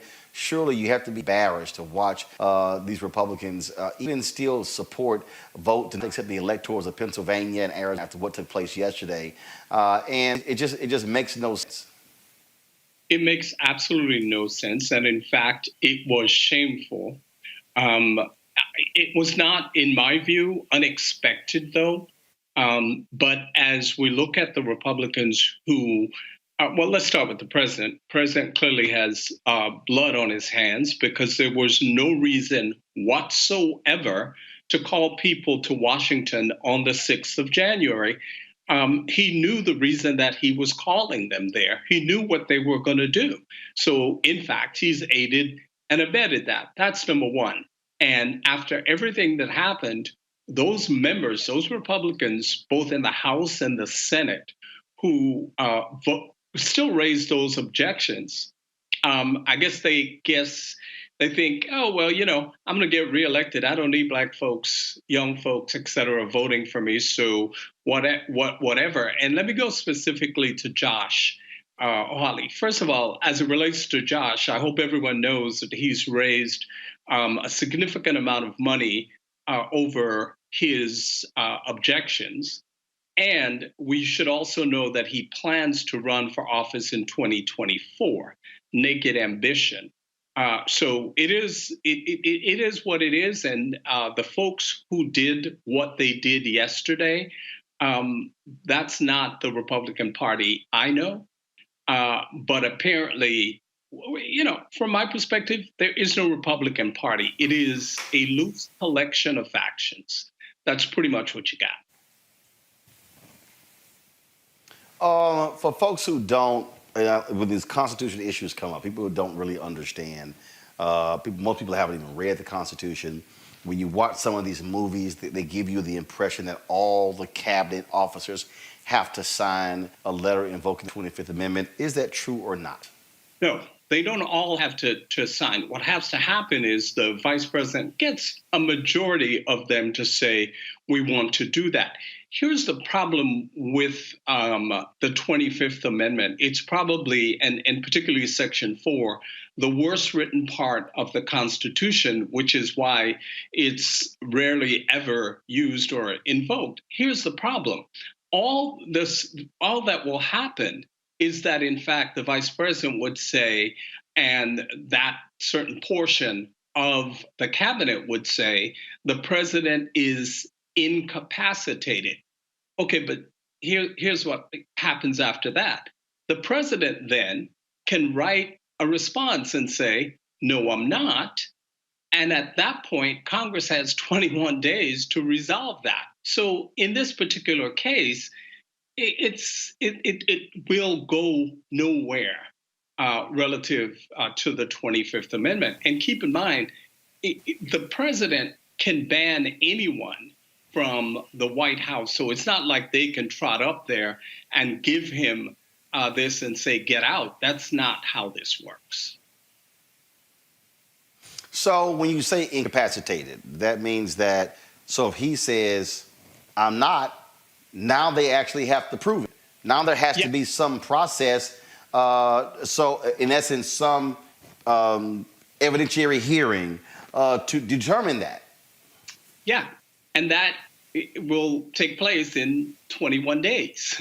So as a practical matter, by that time, he'd already be out of office. Now, the worst case scenario that can happen is you can have dueling presidents. So, for example, Pence can say, yes, I determined that you're incapacitated, and so I'm acting as president. Then he says, Trump says, no, I'm not. I'm still president. So it's, the 25th Amendment really isn't explained as much as it should be explained so that folks understand it's not as easy as it sounds. So, and for all the people who keep talking about it, again, you're talking about a very short period of time. So actually the quickest way to get rid of the president is really to impeach him in the House. I mean, they literally, now even on that, do they have to have a certain time frame? So for instance, can the House literally in one day impeach Trump? Can the Senate actually have a one-day hearing and vote to convict or to acquit? Yeah, they can do that. They can do that. There's no time period to do that. The problem is what will happen in this case is the obstructionists will obstruct that process. But technically, yes, they can do that. they can call everyone back and say, listen, we're going to do this in one day. This is the time. You're not leaving here until this is done in 24 hours. They can do that. As a practical matter, I don't think that's going to happen, but they could do it. Dr. Chris Metzler, we certainly appreciate it, man. Thank you so very much. My pleasure. Take care. That's why I want to go to Erica here. Erica, this is why I love it. All of these media folks today have been, oh my God, Chuck Schumer's come out and saying, invoke the 25th Amendment, and it's going on and on and on, the next person, next person, next person. But it ain't that simple. This whole notion that the 25th Amendment is just like this magic bullet. Yeah, if he simply says, I'm not incapacitated, it's upon what? Are you telling me I have dementia? I have Alzheimer's? That I'm sick? No, I'm in great health. All right, now what do you do? And so, look, the real deal is, to me, put for impeachment and conviction. Yep. Yeah. And, you know, which means if he gets convicted, he can't run for president again. Exactly. And I'm glad you're repeating that, because that just needs to be repeated over and over, so it really does marinate into the frontal lobe of everyone's mind. That is what's going to have the most effect. You know, Reese just laid it out for us a few moments ago, what this propaganda that we've seen that's now posted on Twitter is all about. It is about him continuing to be able to maintain the power that he has within the cult that he has created, right? And so when we look at what mainstream media has done with their participation in reforming the Frankenstein that they have before them, allowing him to call into shows, giving him carte blanche, explaining him away, doing the J.D. Vance, the hillbilly elegy profiles, breathless profiles over and over again over the folks that support him. Whatever the easiest fix is, whatever it is that they can get into the minds of the people that do consume these multi-alphabetic letter shows, to really just kind of say, this is something that's being done and we believe that it can be done. But when you actually have to break it down, listen to it, have it explain to you that it is not as easy as it sounds. And I do believe that some of these people also do know that.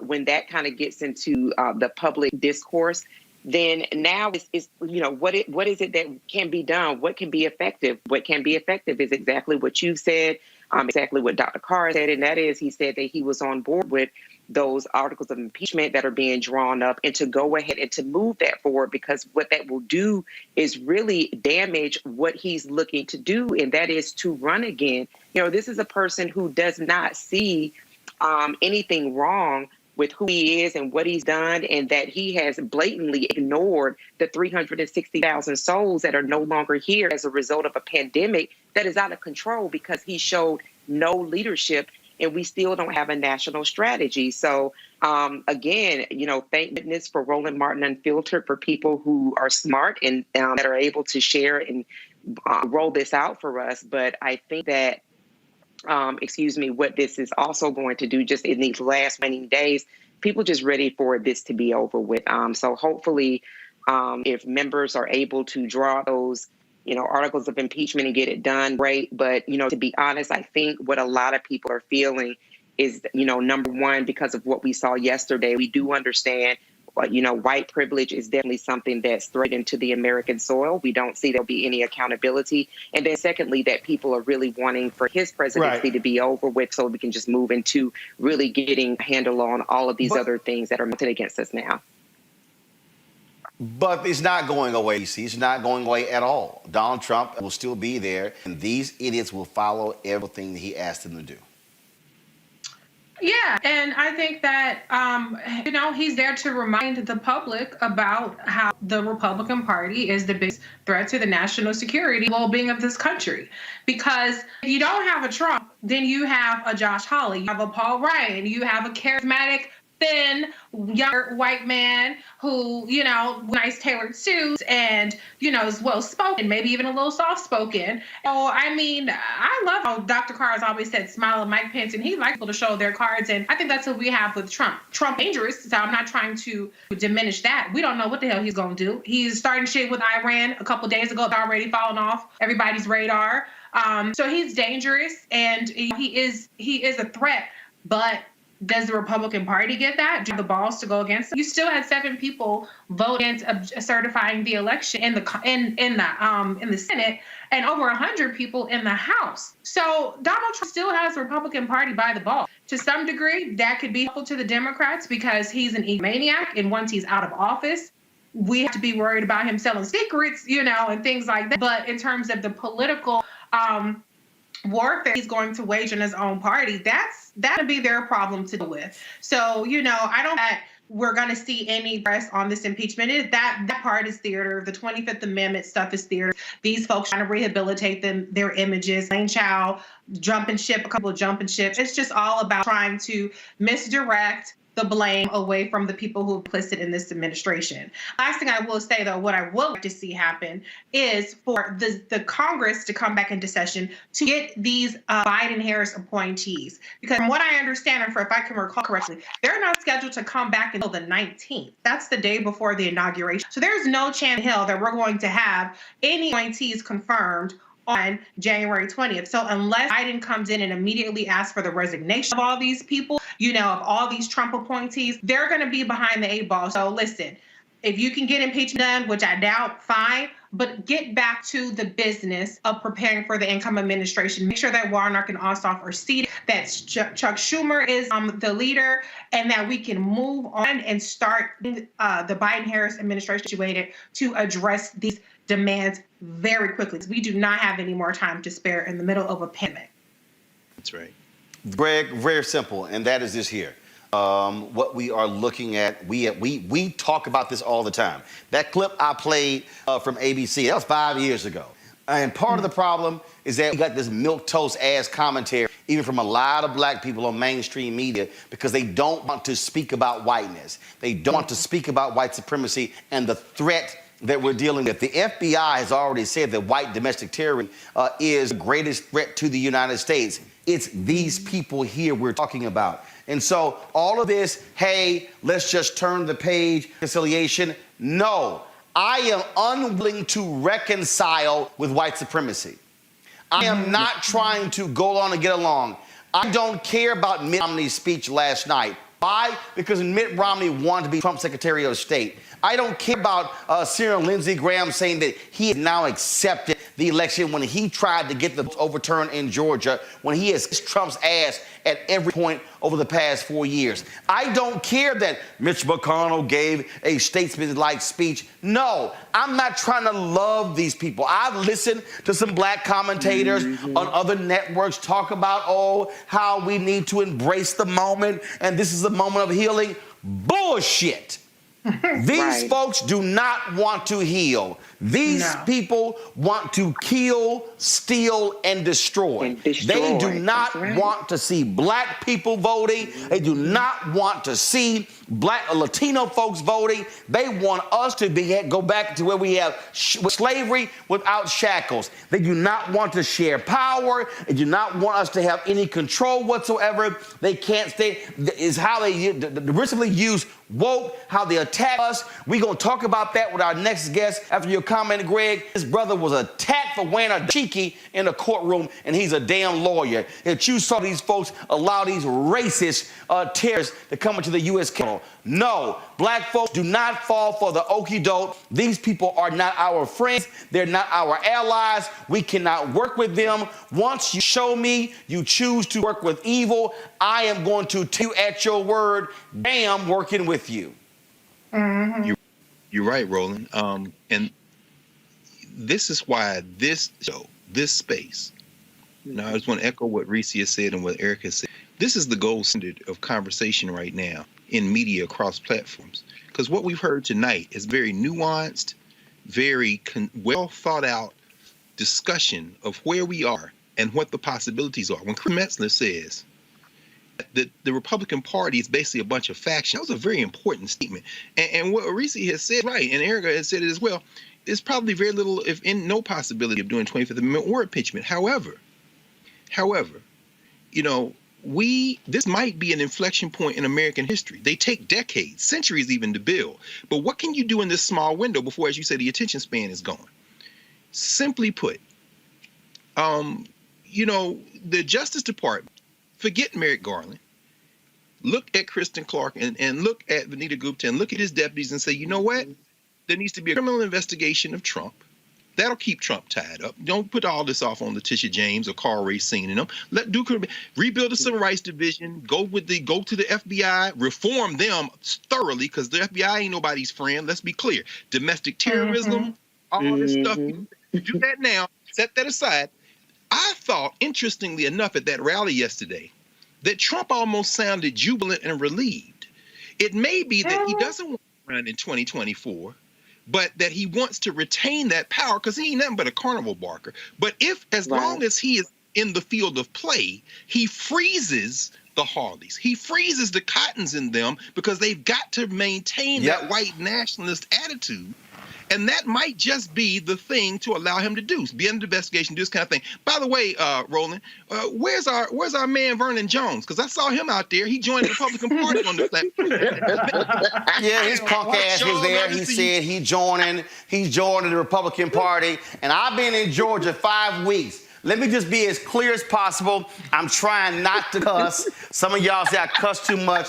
But let me just go ahead and say this. Bitch-ass Vernon Jones hasn't shown up to anywhere I've been in Georgia for the past 5 weeks. And so, yeah, I know my mama and daddy probably ain't gonna like it, but I'm gonna say it again. Bitch-ass Vernon Jones hasn't shown up anywhere. And guess what?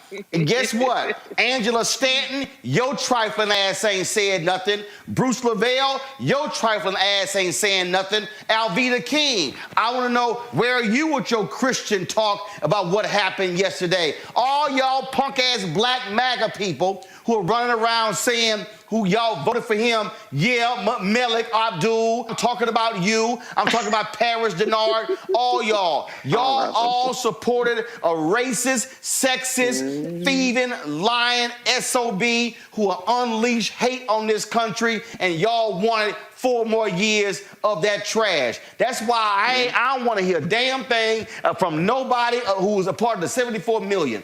To me, there are 2 lines. The 74 or the 81. Which one of those were you in? Now, if you didn't vote, yeah, it should have been with the 81, but fine, I ain't gonna dog you too much, but I will still cuss you out. But if you part of the 74 million who voted for Trump, y'all can go to hell, because y'all wanted 4 more years of this evil. Going to a break. When we come back, we're going to talk to a black lawyer. Brother's facing jail time. Why? Because he wore a damn dashiki to court. I'll explain next on Roland Martin Unfiltered. I want to talk to the Trump supporters for a minute. I don't know who you are, and I don't know why you like this guy. Whatever he does, he accuses everyone else of doing. The man cannot tell the truth, but he combines it with being a narcissist. A narcissist at a level I don't think this country's ever seen. And my concern is that he would grab up that power and really treat the country as sort of his little bully fiefdom. Donald Trump is everything I taught my children not to do in kindergarten. He's been exploiting working Americans for 40 years. He's a race-baiting, xenophobic, religious bigot. He says he's for the little guy, but he's actually built a lot of his businesses on the backs of the little guy. You know, Donald Trump the other day said that, it, quote, if he tells a soldier to commit a war crime, the soldier will just go do it. And I don't think Donald Trump has even read the Constitution, knows what's in the Constitution. A toxic mix of demagoguery and mean-spiritedness and nonsense. I just cannot support Donald Trump. Donald Trump is a delusional narcissist and an orange-faced windbag. Donald Trump is a con artist. He doesn't know the difference between truth and lies. He lies practically every word that comes out of his mouth. I think he's a kook. I think he's crazy. I think he's unfit for office.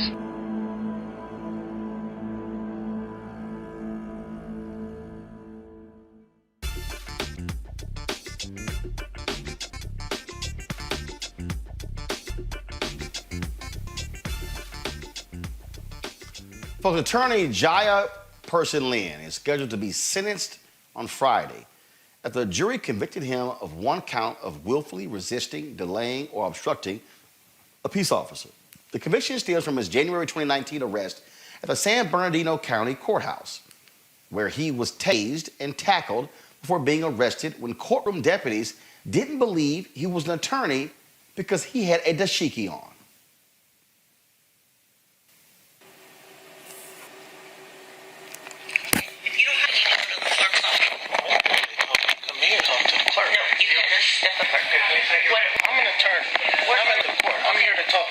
That's what I'm here for. What are you here about? What case? Anyone, it's not social hour with the clerk. Figure out what you're doing here. You can step out. Step out. Oh my God, I'm available, Robert. You cannot approach the clerk. Because that's the clerk. You see that? Do not approach the clerk. Okay. Okay, step out and I can help you out. What? I want to talk to him. Sir, step out. What? Step out. What? Just, no, come on. Go. Why are y'all? Because you're not listening. Go. Yeah, I'm sure. Yes. Talk to the clerk about my case. So is it yours? It's my client's case.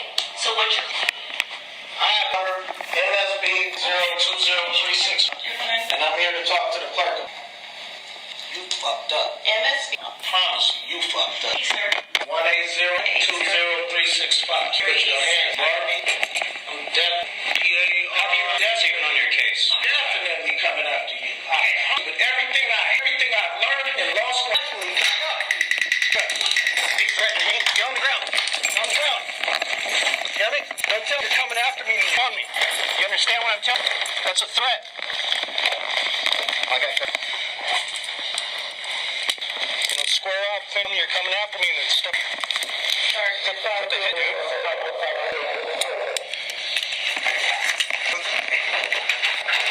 You done?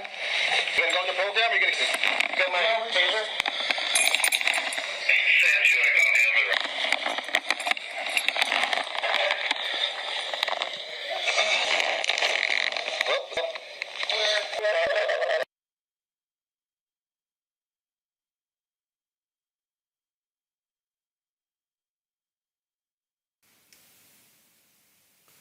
Joining me right now is Jaya Person-Lin. Jaya Person, glad to have you here. This all started because you were wearing dashiki and they didn't believe that you were a lawyer? Yeah, plain and simple. That's it. And, you know, thanks for having me. Good to see you. But that's it. They did not believe me. I told them exactly who I was, what I was there for. And before the video that you showed started, I tried to pull out my bar card to show them I'm, in fact, an attorney, but I did not get that opportunity. Before that, he pushed. So they hit you with willfully resisting, delaying, or obstructing a peace officer. And they want to see you in jail for a year because of a shirt you were wearing. That's what I'm facing. That's what I'm facing. And at the trial, they recognized it was not resisting. Although you hear him on the audio saying, "Are you going to stop resisting?" They know I never resisted. And so at the trial, it was for delaying or obstructing. So at the part of the video you just showed, when he put his hands on me the second time and I put my hand on his and his hand left my chest, that is the act, the specific act that the jury said delayed or obstructed him in the lawful performance of his duty. And that 3-second act is the act that I was convicted of, delaying or obstructing him in his duty. So what the jury said is the officer put hands on you and you're supposed to stand there and just take it. That's exactly what they said. It's basically just the us realizing that the Dred Scott case is still good law, at least in San Bernardino County, in which the Supreme Court of the United States wrote, and it's still there on the books today, that for more than a century we were regarded as inferior beings, and so inferior that we could be reduced to slavery for our own benefit, and that a black man had no rights that a white man was bound to respect. So that being good law, that being the state of the law, makes sense why I was convicted. But if I was actually a true full citizen of this nation, I would not have been even charged. That officer would have been charged for battery and assault with a deadly weapon when he shot me with the taser. Are you concerned after the jury took 3 seconds and convicted you and first of all, who determines what your sentence is going to be? Is it the judge or is it the jury?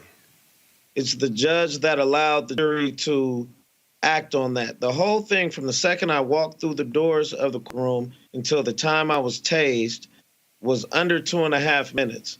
But the judge enumerated 9 different acts from that one charge in those 2.5 minutes to allow the jury to try and convict me on. So they didn't convict me on the other 8, but they convicted me on that one act, it took the jury 7 hours of deliberation, and it was only about 7 hours of testimony. So that's a long time to testify. That's a long time to deliberate with such short testimony. But when the judge allowed all of those acts to come in, they figured they had to convict me of something.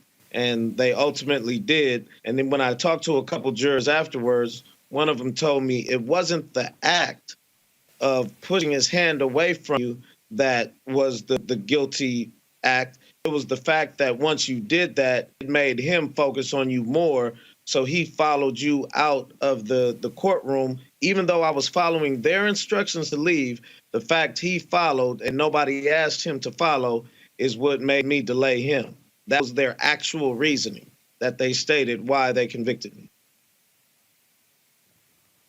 That makes no sense whatsoever.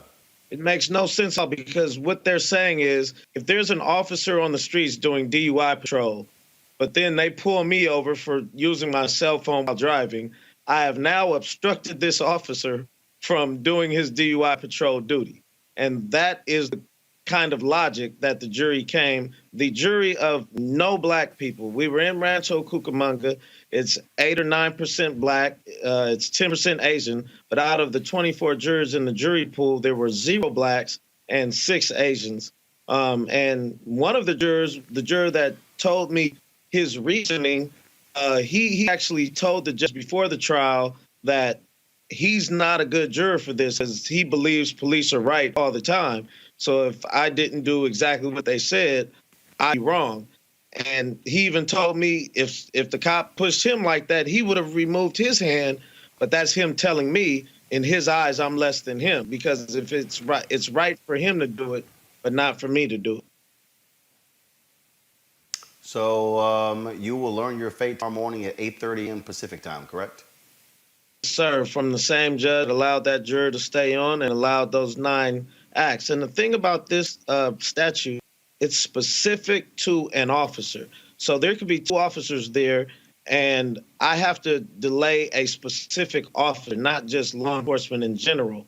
So 4 of the 9 acts that the judge enumerated for the jury to decide on were not even against Deputy Berry, who was the white deputy in the video that got physical with me and shot me with the taser. 4 of them were against the other deputy, who testified, I should not have been arrested, I should not have been tased. But imagine that. You had a black deputy saying I shouldn't have been arrested or tased. You had a black attorney saying I shouldn't have been arrested and tased. It will not be enough to restore what has been undermined or lost. This moment demands bold leadership. The Department of Justice, as it is throughout its storied history, will have to uncover and reckon with hard truths, hold people, companies, and institutions accountable to Constitution and laws, drive change where there is injustice, and heal a nation starving for leadership and decency and now is the time to ensure that our economic system works for everyone, can protect the health and safety of all the American people. It will harness all of the Justice Department's lives for civil rights, justice and police reform, and climate justice, and so much more.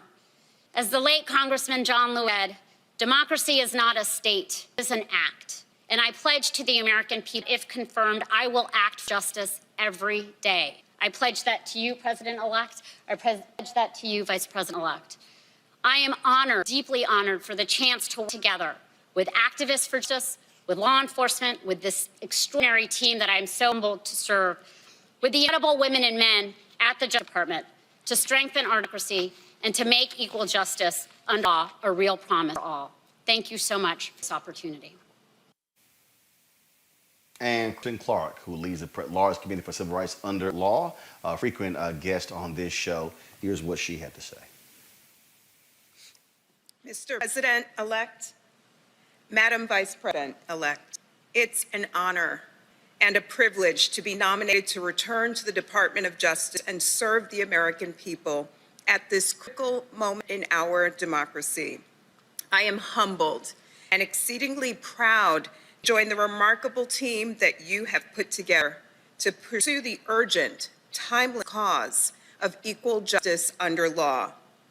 I stand here today deeply inspired by the example of the late Thurgood Marshall, Constance Motley, and other public servants who dedicated their lives to advance the cause of justice. We are at a crossroads. If I am fortunate enough to be confirmed, we turn the page on hate and close the door on discrimination by enforcing our federal civil rights laws. Growing up in Brooklyn, New York, my parents instilled in me an unrelenting belief in the principles of hard work and respect for the dignity and humanity of people.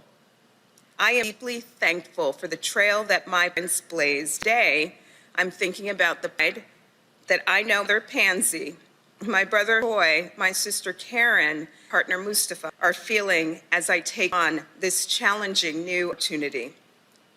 And Mom, myself now, I see the future of America in the eyes of my son. Honestly, at times I am worried. Will he have full and equal access to the extraordinary opportunities of American life? Will he be able to embrace those opportunities in safety and dignity? Will of America's children? Every parent lays awake some nights asking these same questions. I know that my parents did. I was fortunate to benefit from amazing educational opportunities and plenty of lucky breaks that opened doors for me. But I know then, as I know today, that not everyone is blessed with the opportunities that I enjoyed. That awareness animated my life's work.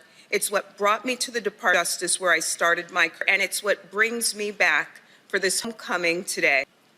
The department, especially the Civil Rights Division, has always occupied a special place in my heart.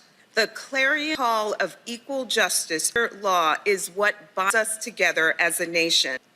Now, it's my honor to return to work alongside the dedicated career professionals who give themselves every day to make that principle real in the lives of families, mine, in my son's life, and in the lives of all of our sons and daughters. I know the passion and fearlessness that both the President-elect and the Vice President-elect bring to the work for us, to restore justice, to heal our nation, and to move us closer to that ideal equal justice. I'm humbled, honored, and eager to work with them and with this team. Thank you for giving me this opportunity to serve my country as a member of your administration. Greg, you went to Ohio State Law School. You understand these issues, your assessment of this legal team, this justice team Joe Biden has assembled. Let me pause here and say shout out to the HBCUs. I do teach a class at the Howard University School of Law, And Kristen Clark is a proud graduate of the Howard University School of Law. So I want to say that. By the way, so is young brother Person Lynn. I knew his father was a professor of Pan-African Studies out on the West Coast. He's a Hustle grad. Also went to Hampton undergrad. Merrick Garland is irrelevant if he stay out of the way of those two. And we need to make him stay out of the way of those two. Because I'm going to tell you right now, all those consent decrees will be reinstated with Kristen Clark over civil rights.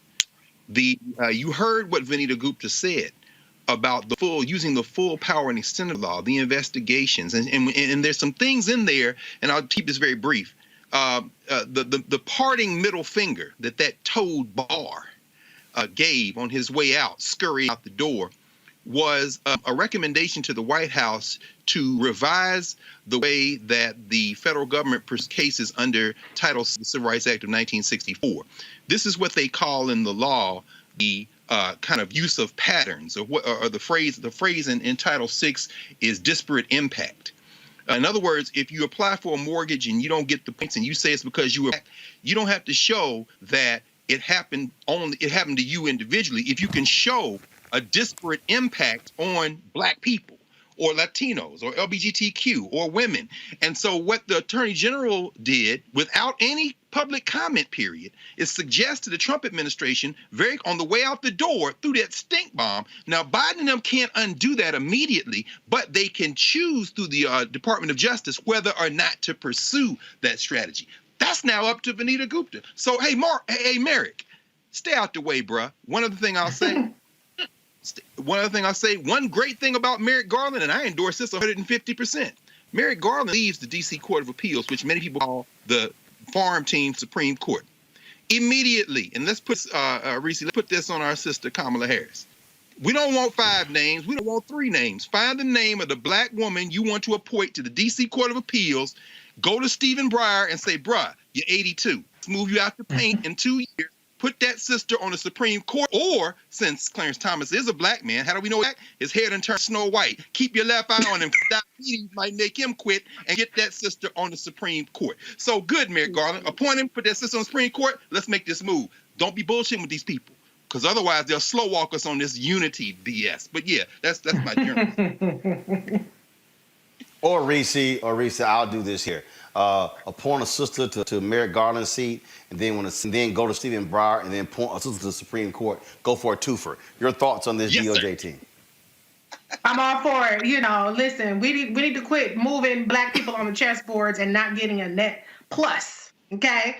So Ketanji Brown Jackson, let's put her in Merrick Garland's seat. And yes, that's the name that I've seen, thrown out there. So yeah, we're gonna have to galvanize behind her. But absolutely, listen, Merrick Garland, whatever. He doesn't excite me. He doesn't repulse me. I think he's a very, it's kind of the Obama mentality, right? Oh, let's put a very moderate, uncontroversial white man in there that's not gonna offend anybody. And so whatever to that.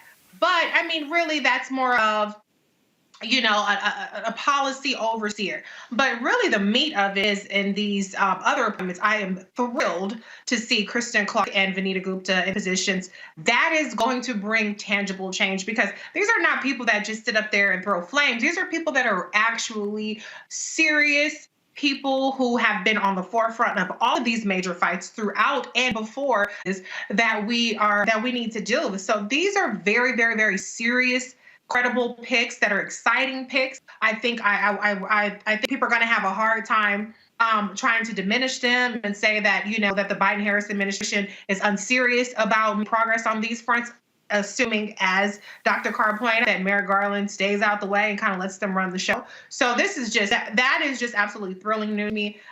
With Kristen Clark, I heard that she was offered a different position and she decided that she wanted this position specifically. And so I feel like we're in good hands with those two. As much as can be done at the executive level and in agency power, which is significant, I think we are really, really the better off having these two women in these positions.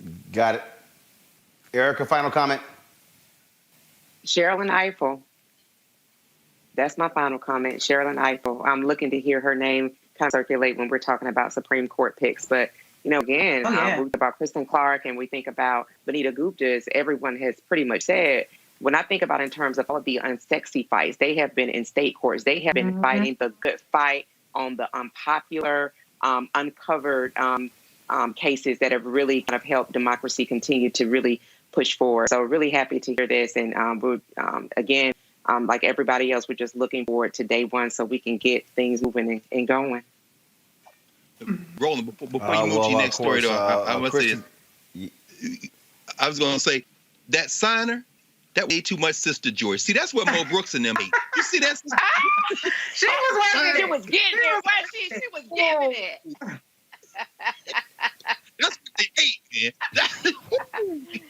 Sis had her purple and her black on. Hey, we have flavor no matter what we do. All right, y'all. I'm gonna end it. First of all, Kristen Clark is a huge of this show. I've been hugely supportive of her, leading the Lawyers Committee. I'm joining TV1 on this show as well, and so we certainly congratulate her and look forward to working with her in the Department of Justice. I saw this clip. Jamal Bryant posted this real quick, y'all. Yesterday, when all the stuff was going down in the House, somebody shared this video. Lisa Rochester of Delaware. All I'm simply saying is, if y'all need somebody to pray on your behalf, y'all might want to call her. This is what went down in the midst of that craziness in the House yesterday. Check this out. Imagine, and law enforcement will take over. In these moments, as members of the House chamber got on their knees and prayed, all of it bringing the presidential transition process, which was supposed to be happening today, to a screeching halt, although we do understand there's an effort to get it back underway tonight to continue the continuity of government, which is obviously so important in the United States. Imagine, and y'all saw the look on her face. That was some praying. That's what we call intercessory praying. Amen. She was for all y'all folk who don't know about, for all y'all who don't know about intercessory praying, that was the intercessory praying that was going on right there. That's it for us today. We certainly want to thank. Look at the hand. Look at that. One more. Yeah. If I could just say one thing just about Georgia. You mentioned you've been in Georgia for 5 weeks. I want to say thank you, Roland. Nobody has covered the state of Georgia like Roland Martin Unfiltered. I said it on Twitter, but I want to say it again here. Roland Martin on this program back in December said that he would be in Albany, Georgia on a Thursday, and he was there 2 days later. And after that, the Warnock campaign showed up, and they showed up again and again and again. It's folks like Roland Martin that they don't say that they're going to do something and maybe do it. They damn do it. Roland, you helped turn the tide. You talked to people. You were on the ground. It seemed like it was 24 hours covered. So my brother, I bless you. I thank you. You covered 159 counties. And you were also, as Congresswoman Brenda Long talked about Michigan, you were also very much so a part of the way that helped turn Georgia motherfucking blue. So thank you, Roland Martin. Well, certainly appreciate it. We've had a great time here in Georgia. We made the commitment that we were going to be here. And so we were in Albany 2 times.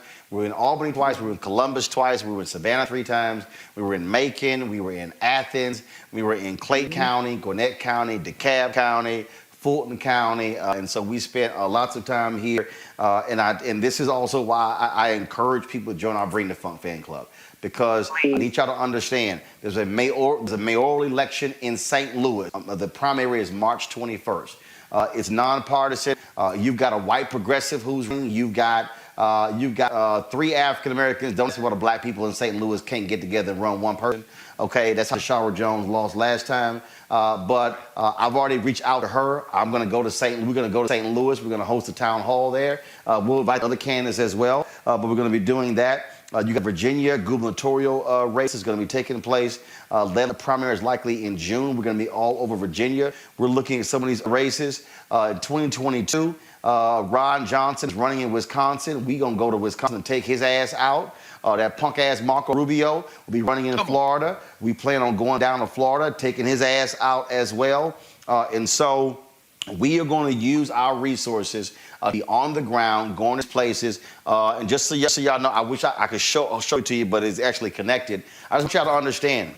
Y'all think, and I'm purposely transparent because I need y'all to understand. Sort of like when I talk to my nieces, I tell them how much stuff costs so they can understand that this stuff don't just happen. I mean, seriously, the equipment, the live streaming equipment that we use is called an LU800. Y'all, we were out there. ABC got the same unit. CBS got the same unit. NBC got the same unit. Fox got the same unit. Now, they probably got 30, 40, or 50 of them. We got 2. But we're using top-of-the-line equipment that these folks are doing as well. And so I need our people to understand that we're serious about covering African Americans, bringing you the kind of news we're talking about. And so, again, that vehicle, that rolling bill we're talking about, that was $188,000. That allows for us to be able to travel across the country and broadcast wherever we go. I told y'all last night, our goal is to launch our OTT channels, okay? That means we're gonna be on Apple TV, we're gonna be on Roku, we're gonna be on Twitch, we're gonna be on Amazon Fire, we're gonna be on Xbox, we're gonna be on Samsung TV. That's $145,000 a year. And so we're not playing around. Let me be just real clear. I'm not wasting any more time on what other black media people are not doing. I tried to partner with all these other black media people. Y'all, I email all of them. Folk didn't want to partner. I'm not wasting any more time. We're going to build this, and we're going to build something significant. And so once I unveil it to y'all, I'm telling y'all, the vision was always larger than just a show for me. It was always larger. Okay, and so we're going to be hiring a number of people in 2021 to build this team out. So do understand, we're not playing games. I am not going to cede anything to the other networks. We can do just as well. And in fact, I got an email from one of these from Showtime for a show. They actually want to use some of the video from one of the Warnock rallies that we shot that we had that they don't have. And so y'all need to understand that also I'm getting phone calls from people in England who want to use our content. It was a Botham Jean rally we covered. It's a documentary that they actually want to use for. And so we are building this, and so we need your support. Yes, we're out here going to these advertisers trying to get these dollars. Trust me, I've made it clear to Chuck Schumer. I'm going to make clear to Biden and to Harris as well. The federal government spends $1 billion a year on media advertising, and black media only gets $10.1 million a year of that money. Black media gets listen to me, y'all. Black media gets 1% of the $1 billion annually on media. In the words of Frank Lucas, I'm gonna get that money. And so this is what we are building. And so do understand, I'm not playing games. And so we're serious about this. And so I just want y'all to understand that when you give, and y'all need to understand, I get every time y'all give to Cash App, my phone pings. When you give to PayPal, when you give to Zelle, when you give to Venmo, I literally see every single one of your notices. And for the folks who gave today $1.75, there are people who gave $4 today. There are people who gave $10 today. There was somebody who gave a $250 one-time gift. I appreciate the $1.75. I appreciate the $250 because you know what? $250 plus $175 is $250, $175. And so it all matters. And so we want y'all to please support us in what we do. Cash App is $RM Unfiltered. PayPal is paypal.me/RM Unfiltered. The Venmo is venmo.com/RM Unfiltered. Zelle is at Roland S. We also money order to New Vision, 1625 Northwest Washington, Suite, Washington, D.C., 2000. You also, of course, with a credit card with Square, unfiltered.com. Yes, I am fully aware of YouTube. The signal dropped out. We had 11,000 people on with YouTube. We dropped down to 3,400, came back to 7,600. I've already sent YouTube an email because I'm pissed off that we had 16,500 people on yesterday, and our signal got cut, and we never got back above 8,000. And so they already heard from me with 3 emails in the past 10 minutes about this, which is also why building our own OTT channel is important, y'all, because if we do that, then YouTube can't cut our signal. So no matter what video we show or photos we show on our own OTT channel, we control that 100%. So that's why that matters. Folks, I appreciate it. Tomorrow's my last day here in Georgia. We return back to our home on Saturday. And so I ain't seen my folk. I'm sure my niece is like, what do he look like? But again, we've been out here doing the work. And so we're going to keep doing the work. I will see y'all tomorrow on Roland Martin Unfiltered.